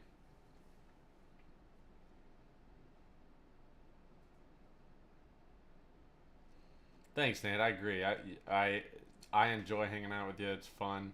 The That's what it's about, you know. I recognize that this podcast is going to initially attract a lot of my students because they're the ones that pay attention to things that I post or send out a lot, um, and uh, and so because of that, it will already be a community to me. I mean, I'm going through here and I recognize all the names of you guys, uh, so but I want that to be the same way for you guys. So that's what the community aspect that I'm trying to build is. And then once it starts to grow outside of my students and other people, and it starts to get bigger, then I still want the same thing to happen. So that would be very cool.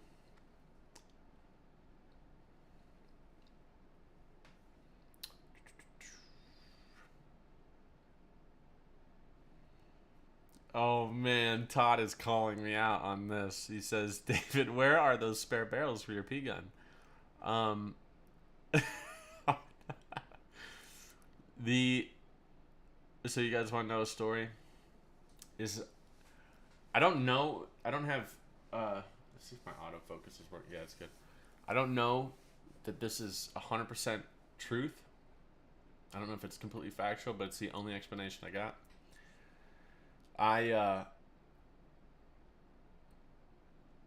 Oh god, this is so frustrating. I traded in when I traded in my truck for my Tesla. I know I'm gonna get shit for this. Um, I'm pretty sure that I left a spare set of 34-inch Prazzi barrels behind the back seat in the hidden compartment that I used to hide stuff like guns in.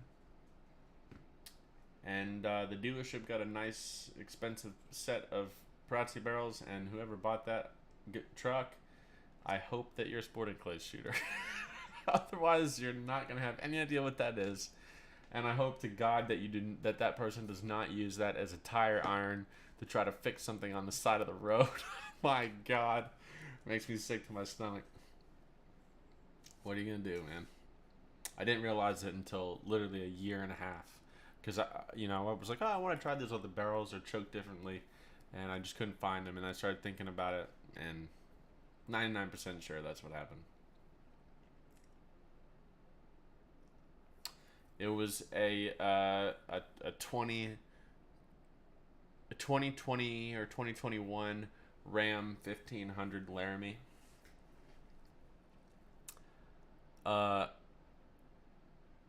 If anybody bought it, let me know.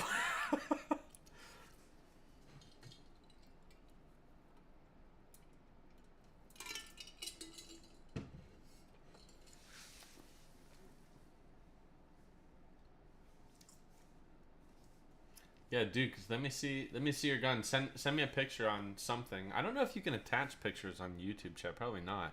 But send it on Instagram or Facebook, or my phone number.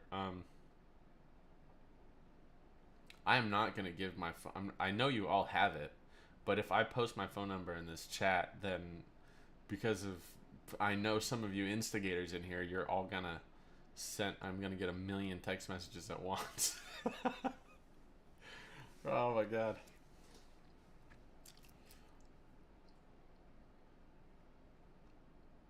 What else we got?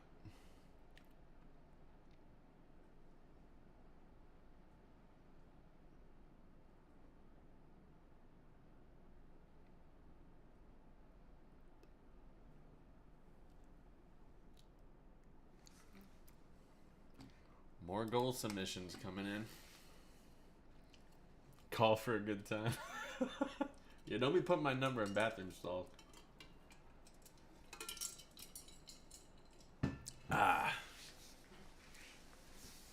very cool. I don't know, depending on who's calling.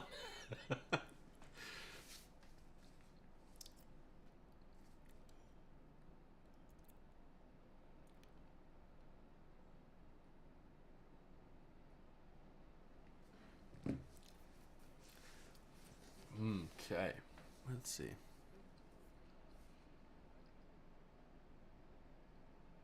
Yeah, it probably is a really good place to post a number, Bill, because I would imagine that it gets a real good amount of you know.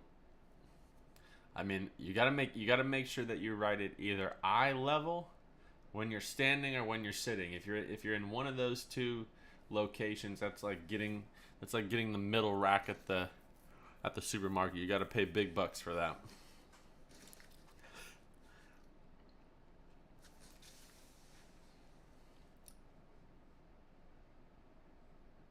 Yes, Trevor. Are you asking that question piggybacking off of the previous topic we were talking about, or are we talking about shooting?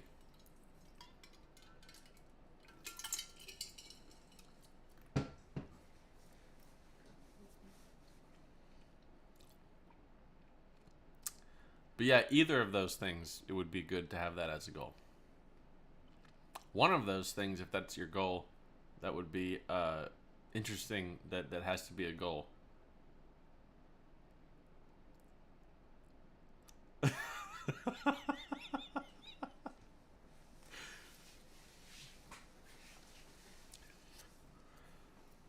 Oh man, that just ain't right.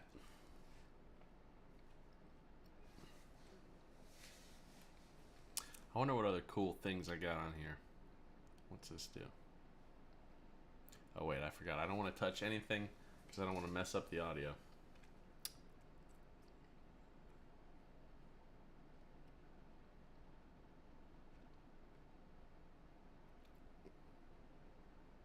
Hmm. Well, guys, let's see.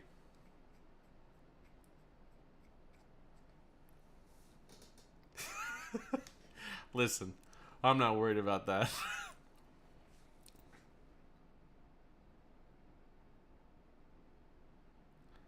Why does pheasant die, but the clays live?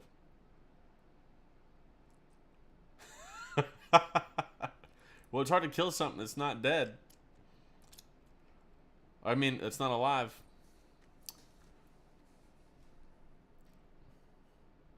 It's actually a pretty interesting question, though, Nate. I've had a lot of people ask me that question in lessons, and probably would be an interesting thing to talk about more in depth when you can actually go into unpacking the whole process of that. But um,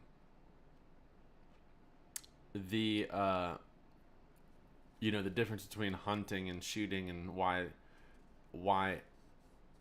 there's a difference in proficiency level for the same person doing the two different things, and how hunting generally is much easier to hit birds, even if the shots are harder. It's just the psychological mindset that you're in, and how that influences your eyes and your body and the timing and your perception and everything like that. Very, very interesting stuff.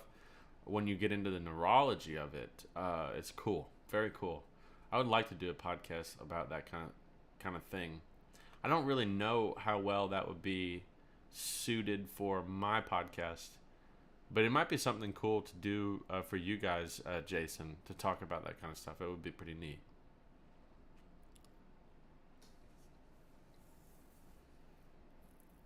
Oh, cool. There's Justin here. He's here. Trevor, the I need to get better at blowing a duck call. But I mean, where I live, it's so much easier to and way more fun to hunt geese. Geese are way more fun to hunt than ducks. I'm gonna get murdered for that. If there's anything that I need to be worried about being canceled for, it's the statement I just made.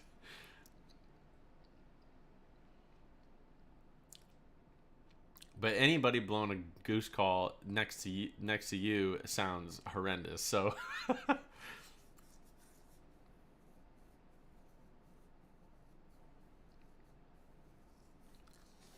what's Nate? What do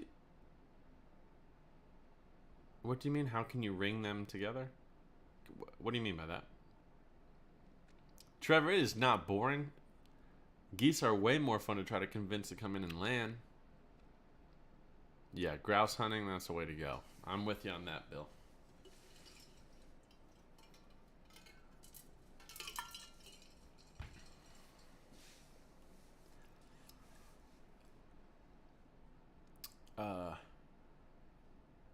I think I missed a comment or something's not showing up because I don't really understand the question I'm getting.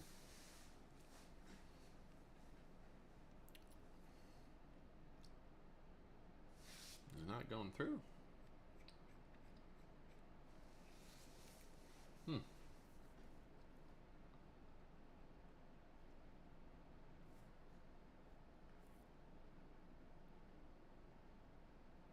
I'll wait for the chat.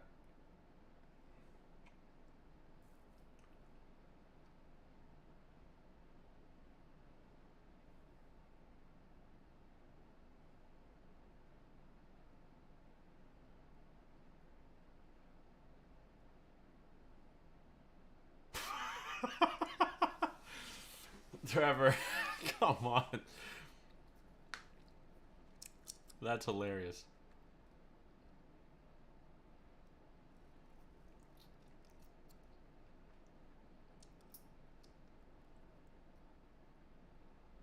Yeah. As far as hunting goes, I really want to do a serious chucker hunt. But I love just hunting grouse. I want to hunt every grouse.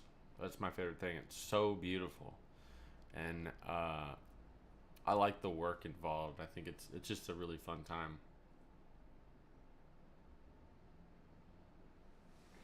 Jason, I think you did cross a portal into another dimension with all your mental podcasts. Um, but like I said, across the street from my house, there's a medical marijuana store. So if you really want to get into another dimension on a podcast, we can do one here. No, I'm just kidding. But hey, you know.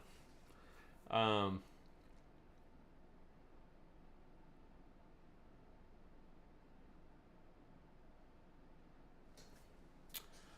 are we doing a clinic after the Ohio State? Yes, I definitely want to do that. I think that'd be very good. It's great timing for it. So I'm in, Chad, and I've had a few people already emailing me about that. So we will plan on doing that. And how about the SHB clinic at Bobby's Place in the spring? Off the top of my head right now, I don't remember what it was that I was waiting to hear back from on something, but I know I was waiting to hear back from something for that. I'll look for a text. I'll look for a text from you and Damon on that. Well, let's just start a group text message, and I'll start a group text message. I'm gonna put both of my phones in it for that because where I just was for a week, I had no service on my AT&T phone. So, but my Verizon phone worked. And when I got home, then I looked at my AT&T phone, and I had a bunch of texts from Damon. So, let's do that.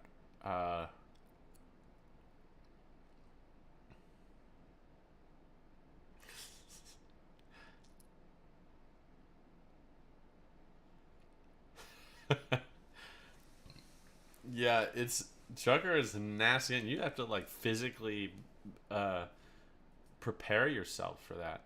Also, what in the world? We just jumped. This must be an interesting time, guys. Let me ask you a question. Actually, I'm gonna do this. We got 40 people watching right now, and I'm going to. Can I make a poll? How do I do that?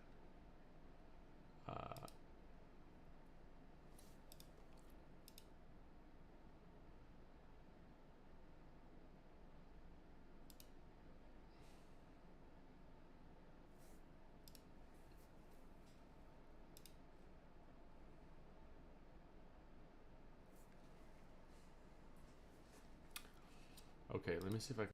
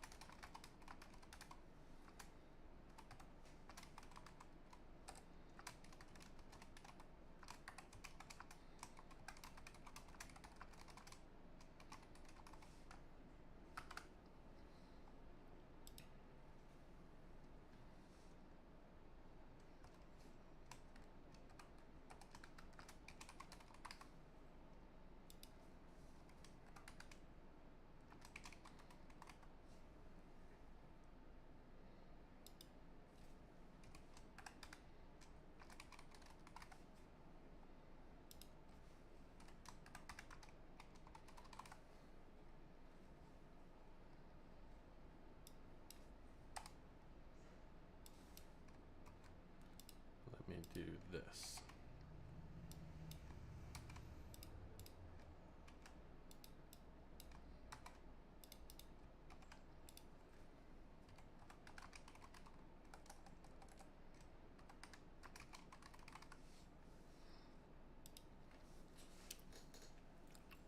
Okay, I'm running another. I'm gonna throw another poll out there. I want to know what the best time to do this is. Keep in mind, basically, it would be anywhere from, minimum of about an hour, go to about. I mean, honestly, I don't mind how long I do it. I could hang out all night. But I want to have it at. I want to have it be a length of time that allows people on both the East and the West Coast to participate. So that probably means I need to have it go about 3 hours once this starts to get a little bit bigger. So let me know what the best time, what you think the best time is, and I'll take all that into consideration.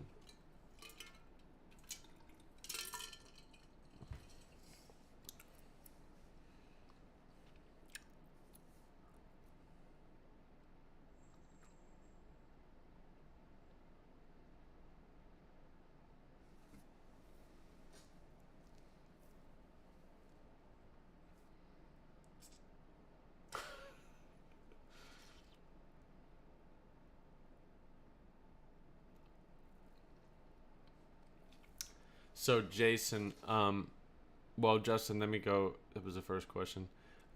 Is there a reason why so few clicks happen in the Midwest? I live in the St. Louis area, and there always seems like there are 6 hours north or south. So few. Do you mean tournaments? What do you mean by that? And then Jason says, is Prazzi doing a price increase like most of the others? Yes. They are increasing their price by 10%.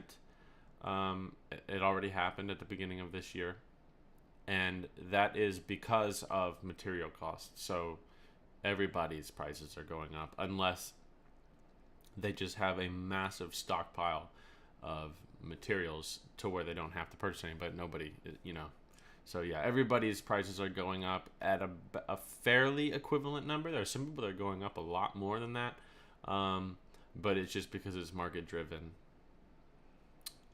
Bill, you like my mechanical keyboard? It's a really nice keyboard. It's an optical switch keyboard, but it sounds mechanical, so it's kind of nice. I hate the feeling of the mechanical stuff if I'm typing a lot, but I like the sound. So I'm a nerd, basically, is what I'm saying.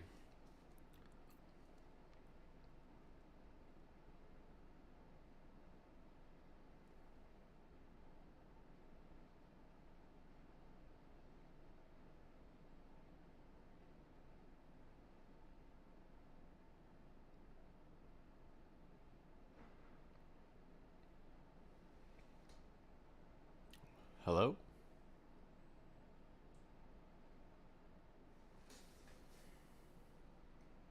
I'm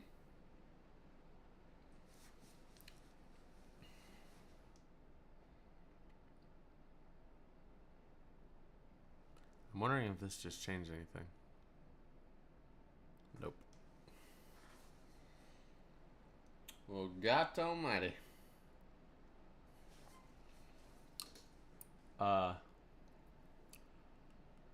Yeah, the audio is very bad. There has to be something happening with the I don't know. I'll have to look at the delay.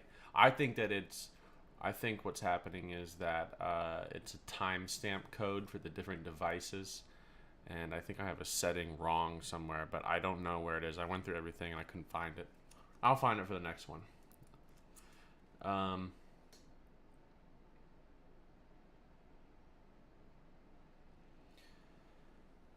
Practicing with reloads, if they're similar to the same factory load, I think that's totally fine. I think that however you practice, I mean, whatever you can do to practice in the best way and the most that you need to or can, I'm all for it.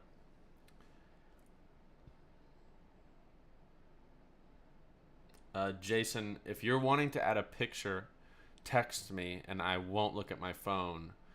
No, I'm just kidding. Text me it, and then I can put it up on here. I can show it on my channel if you need me to.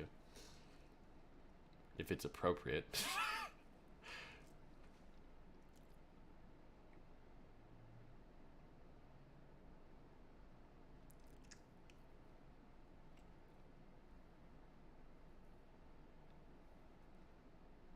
It's the Russians.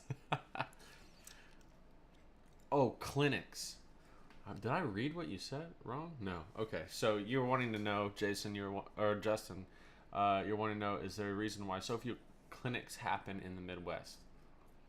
I think really it's just a population issue, and then not like population of people, but like density population of shooters, and then how often our tournament schedule draws us there. So like a lot of people do clinics in the areas that have big shoots very frequently because it just makes sense to all the pros that teach, if I have to go to Texas for a tournament, well, then if I booked a clinic, somewhere else in the Midwest and then had to come back home, it's just a lot of traveling. So a lot of the guys tend to book clinics after, before, or around the tournaments that they're going to reduce the complexity of their travel schedule. I'm serious. If you text me a picture of whatever you're wanting me to put up.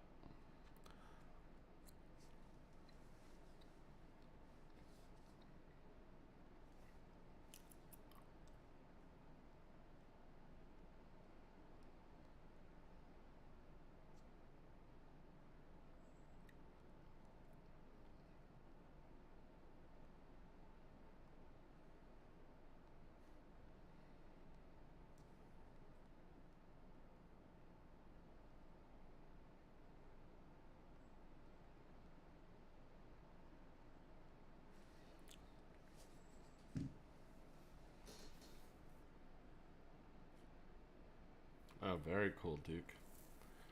Jason, I just sent you a text message. If you're trying to post something on here, you can text it to me or send it in an email. If you texted it to me, I would just email it to myself. But whatever's easier for you, it doesn't matter.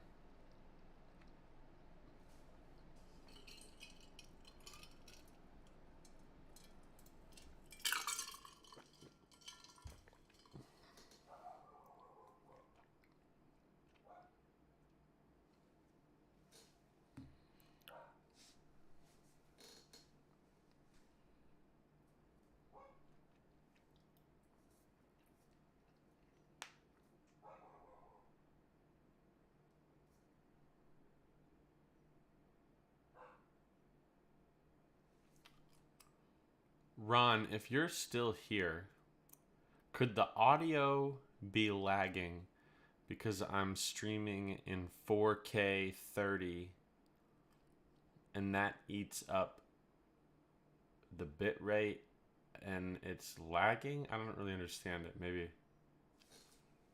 let me know.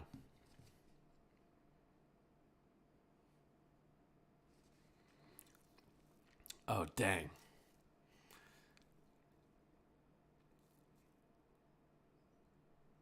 I just got your text, Jason. I would get in trouble. Not that it's for other people listening, that it's inappropriate. But I would, probably one of my sponsors wouldn't like me putting this picture up. But, dang.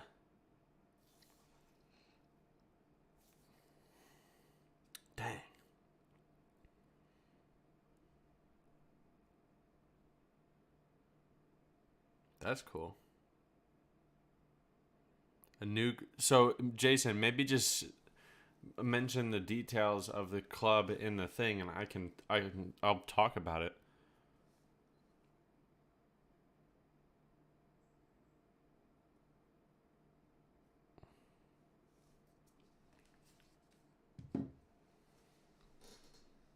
Nate, you're allowed to ask an uncomfortable question. Yes, and I agree, Trevor. But I would just stream in 1080. But which is what I thought it was. But then as soon as the stream started, I think I realized that it's streaming in 4K, but I'm not really sure. So next time I'm just going to stream 1080p.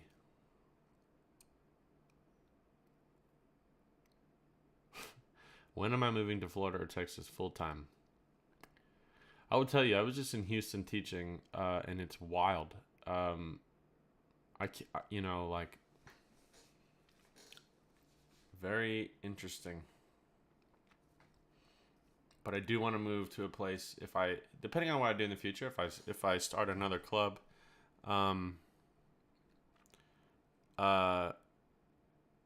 then I want to go to a place with cool terrain. So I don't really know if you can find that in Houston, but if you could, I'd be in.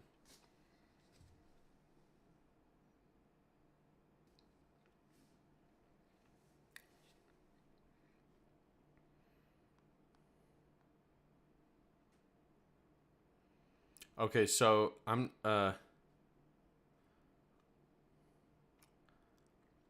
this is pretty cool. This is pretty cool, and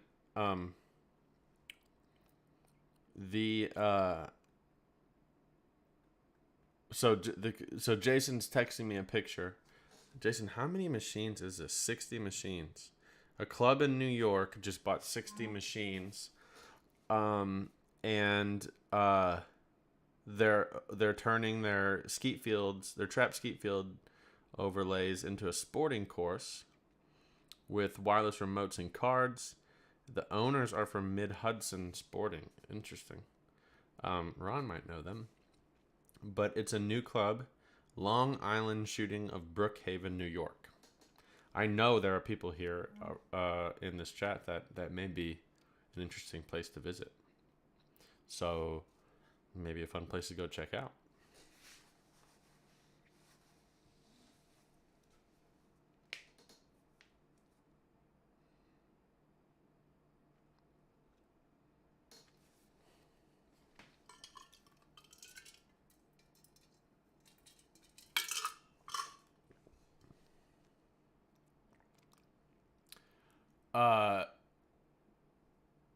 Nate, I'm not allowed to talk about that.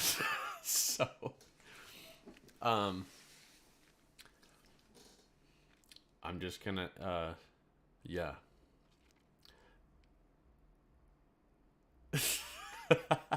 Don't feel bad. I don't mind.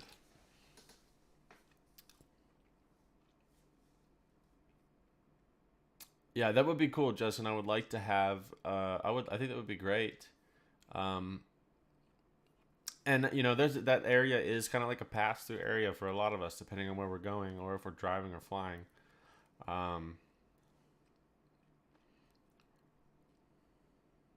Okay, thanks, Ron. I'll look into it. I think it, but I mean, I basically have the equivalent of fiber internet. I mean, I think this computer, when I did a speed test, was getting like 700 megabit connection, so I don't really understand.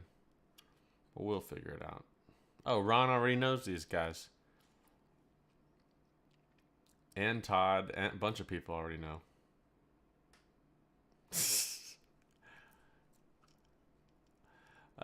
I don't want to pretend like I don't see things. Honesty is good, and then honesty of when you can or can't talk about something is good too. So that's all.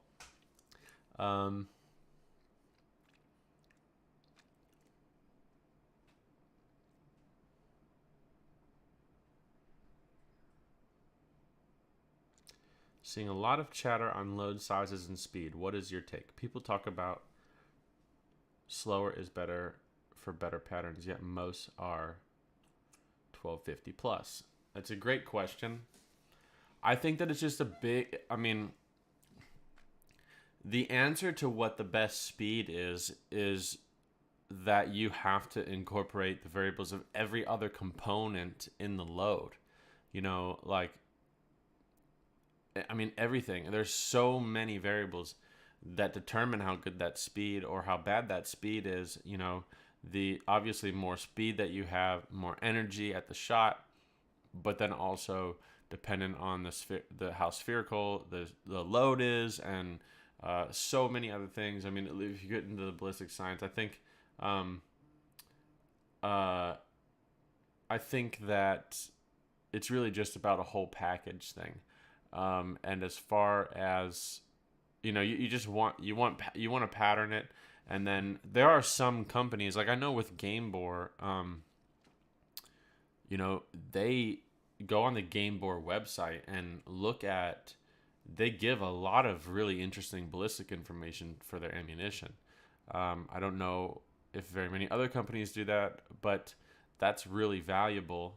And it can help you, make decisions. But I forget who was asking this question. Oh, it was Chad. I'm talking to you like you're clueless. I didn't know it was Chad. But yeah, so I don't know. I think it really just depends, I can tell you that I'm really interested to try out the new rose gold loads. Because they're going to be a 1,200 feet per second white gold. That sounds freaking awesome to me. I cannot wait. And then as far as low speed stuff, the Onyx. Oh, I don't have my hat. I have a very cool hat from Game Bore for this new load that's coming out. We'll give some stuff away in the podcast. But obviously not this one. But when the time comes, we'll start doing that kind of stuff.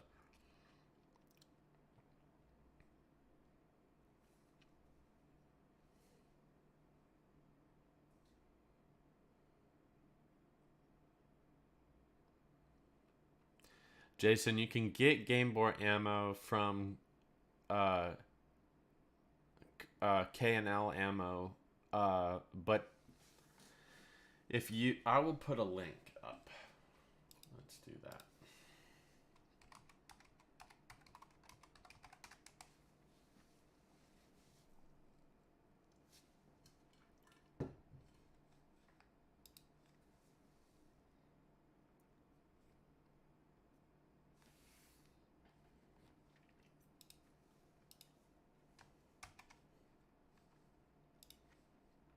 Here is where you get the Game Bore ammo.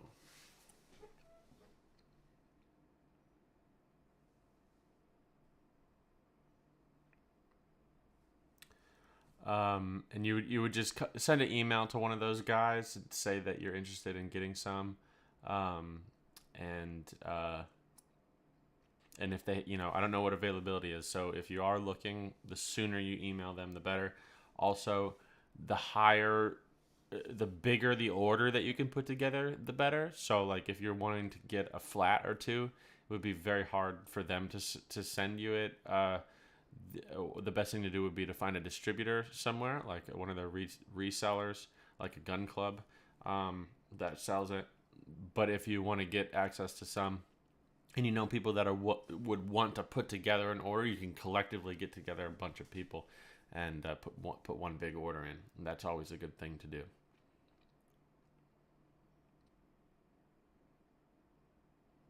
A lead reduction clinic.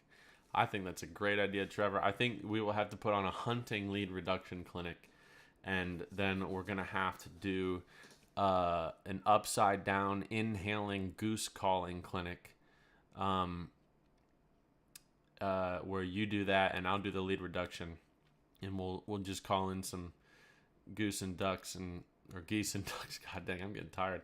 And then we'll teach everybody the ways of how to basically eliminate failure from anything. Never not call in a goose or a duck. Never miss another shot in your life. Come take this clinic. Guaranteed success. Oh, I like that comment. I'm not even going to read it. That one I might get in trouble for.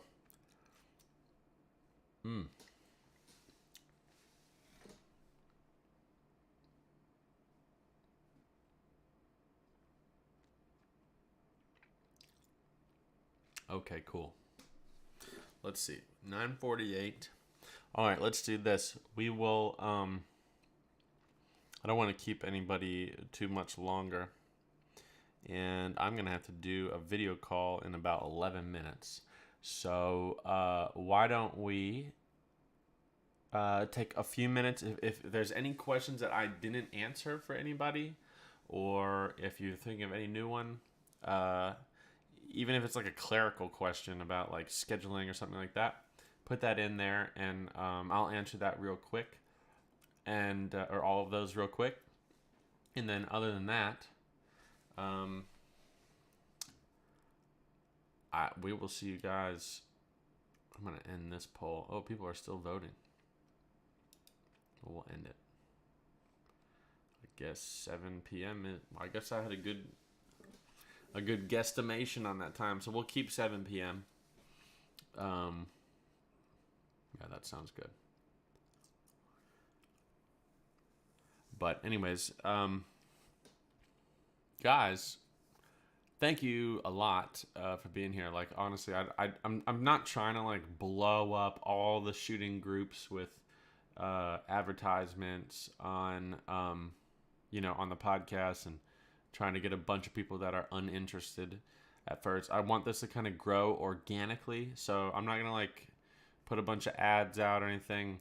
So for the purpose of that, this podcast is something that it takes it's a commitment on my part because it's a lot of work, but it's also a commitment for you guys to be a listener of this because you have to be involved. So that's why I don't really want to start this off in a way where without people understanding what it is, I can sneak their interest in it, and then they get involved and then drop out because I just don't want that to happen. So in essence, what I'm saying is if you have a friend or you know somebody or you come across somebody that you think this could help and that they would like to participate with us in this, then let them know, because that's how I want it to grow. I want it to grow through people that would enjoy it and benefit from it. So let them know, and thank you guys for being here. If you haven't yet done the goal submissions thing, go ahead and do that. And let's see if we have any questions yet.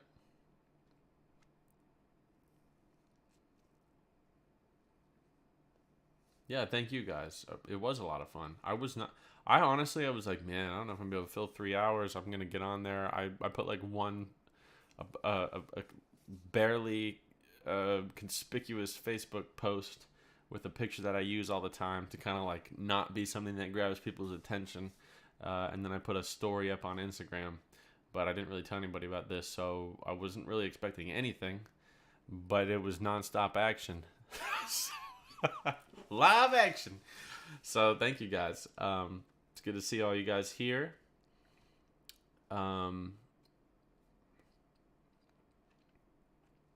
Cool.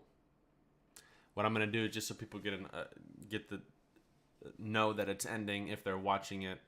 Later I'm gonna switch screens. But I will still be here for just a few minutes to answer your questions.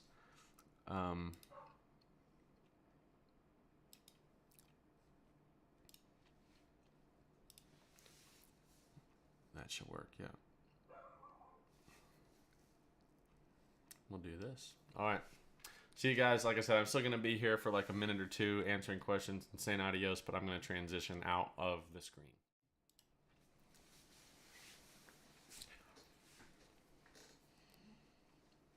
Home rolls, baby. What is that? Ron, you're the best.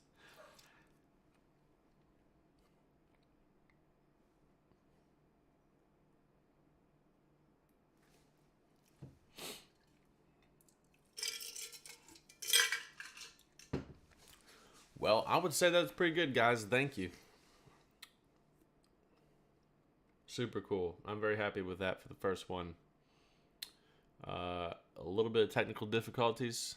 We got some technical difficulty experts on here, so that was helpful. Ron, I may be giving you a call. We may be trading the student coach relationship on this one. I might be having to take some lessons from you.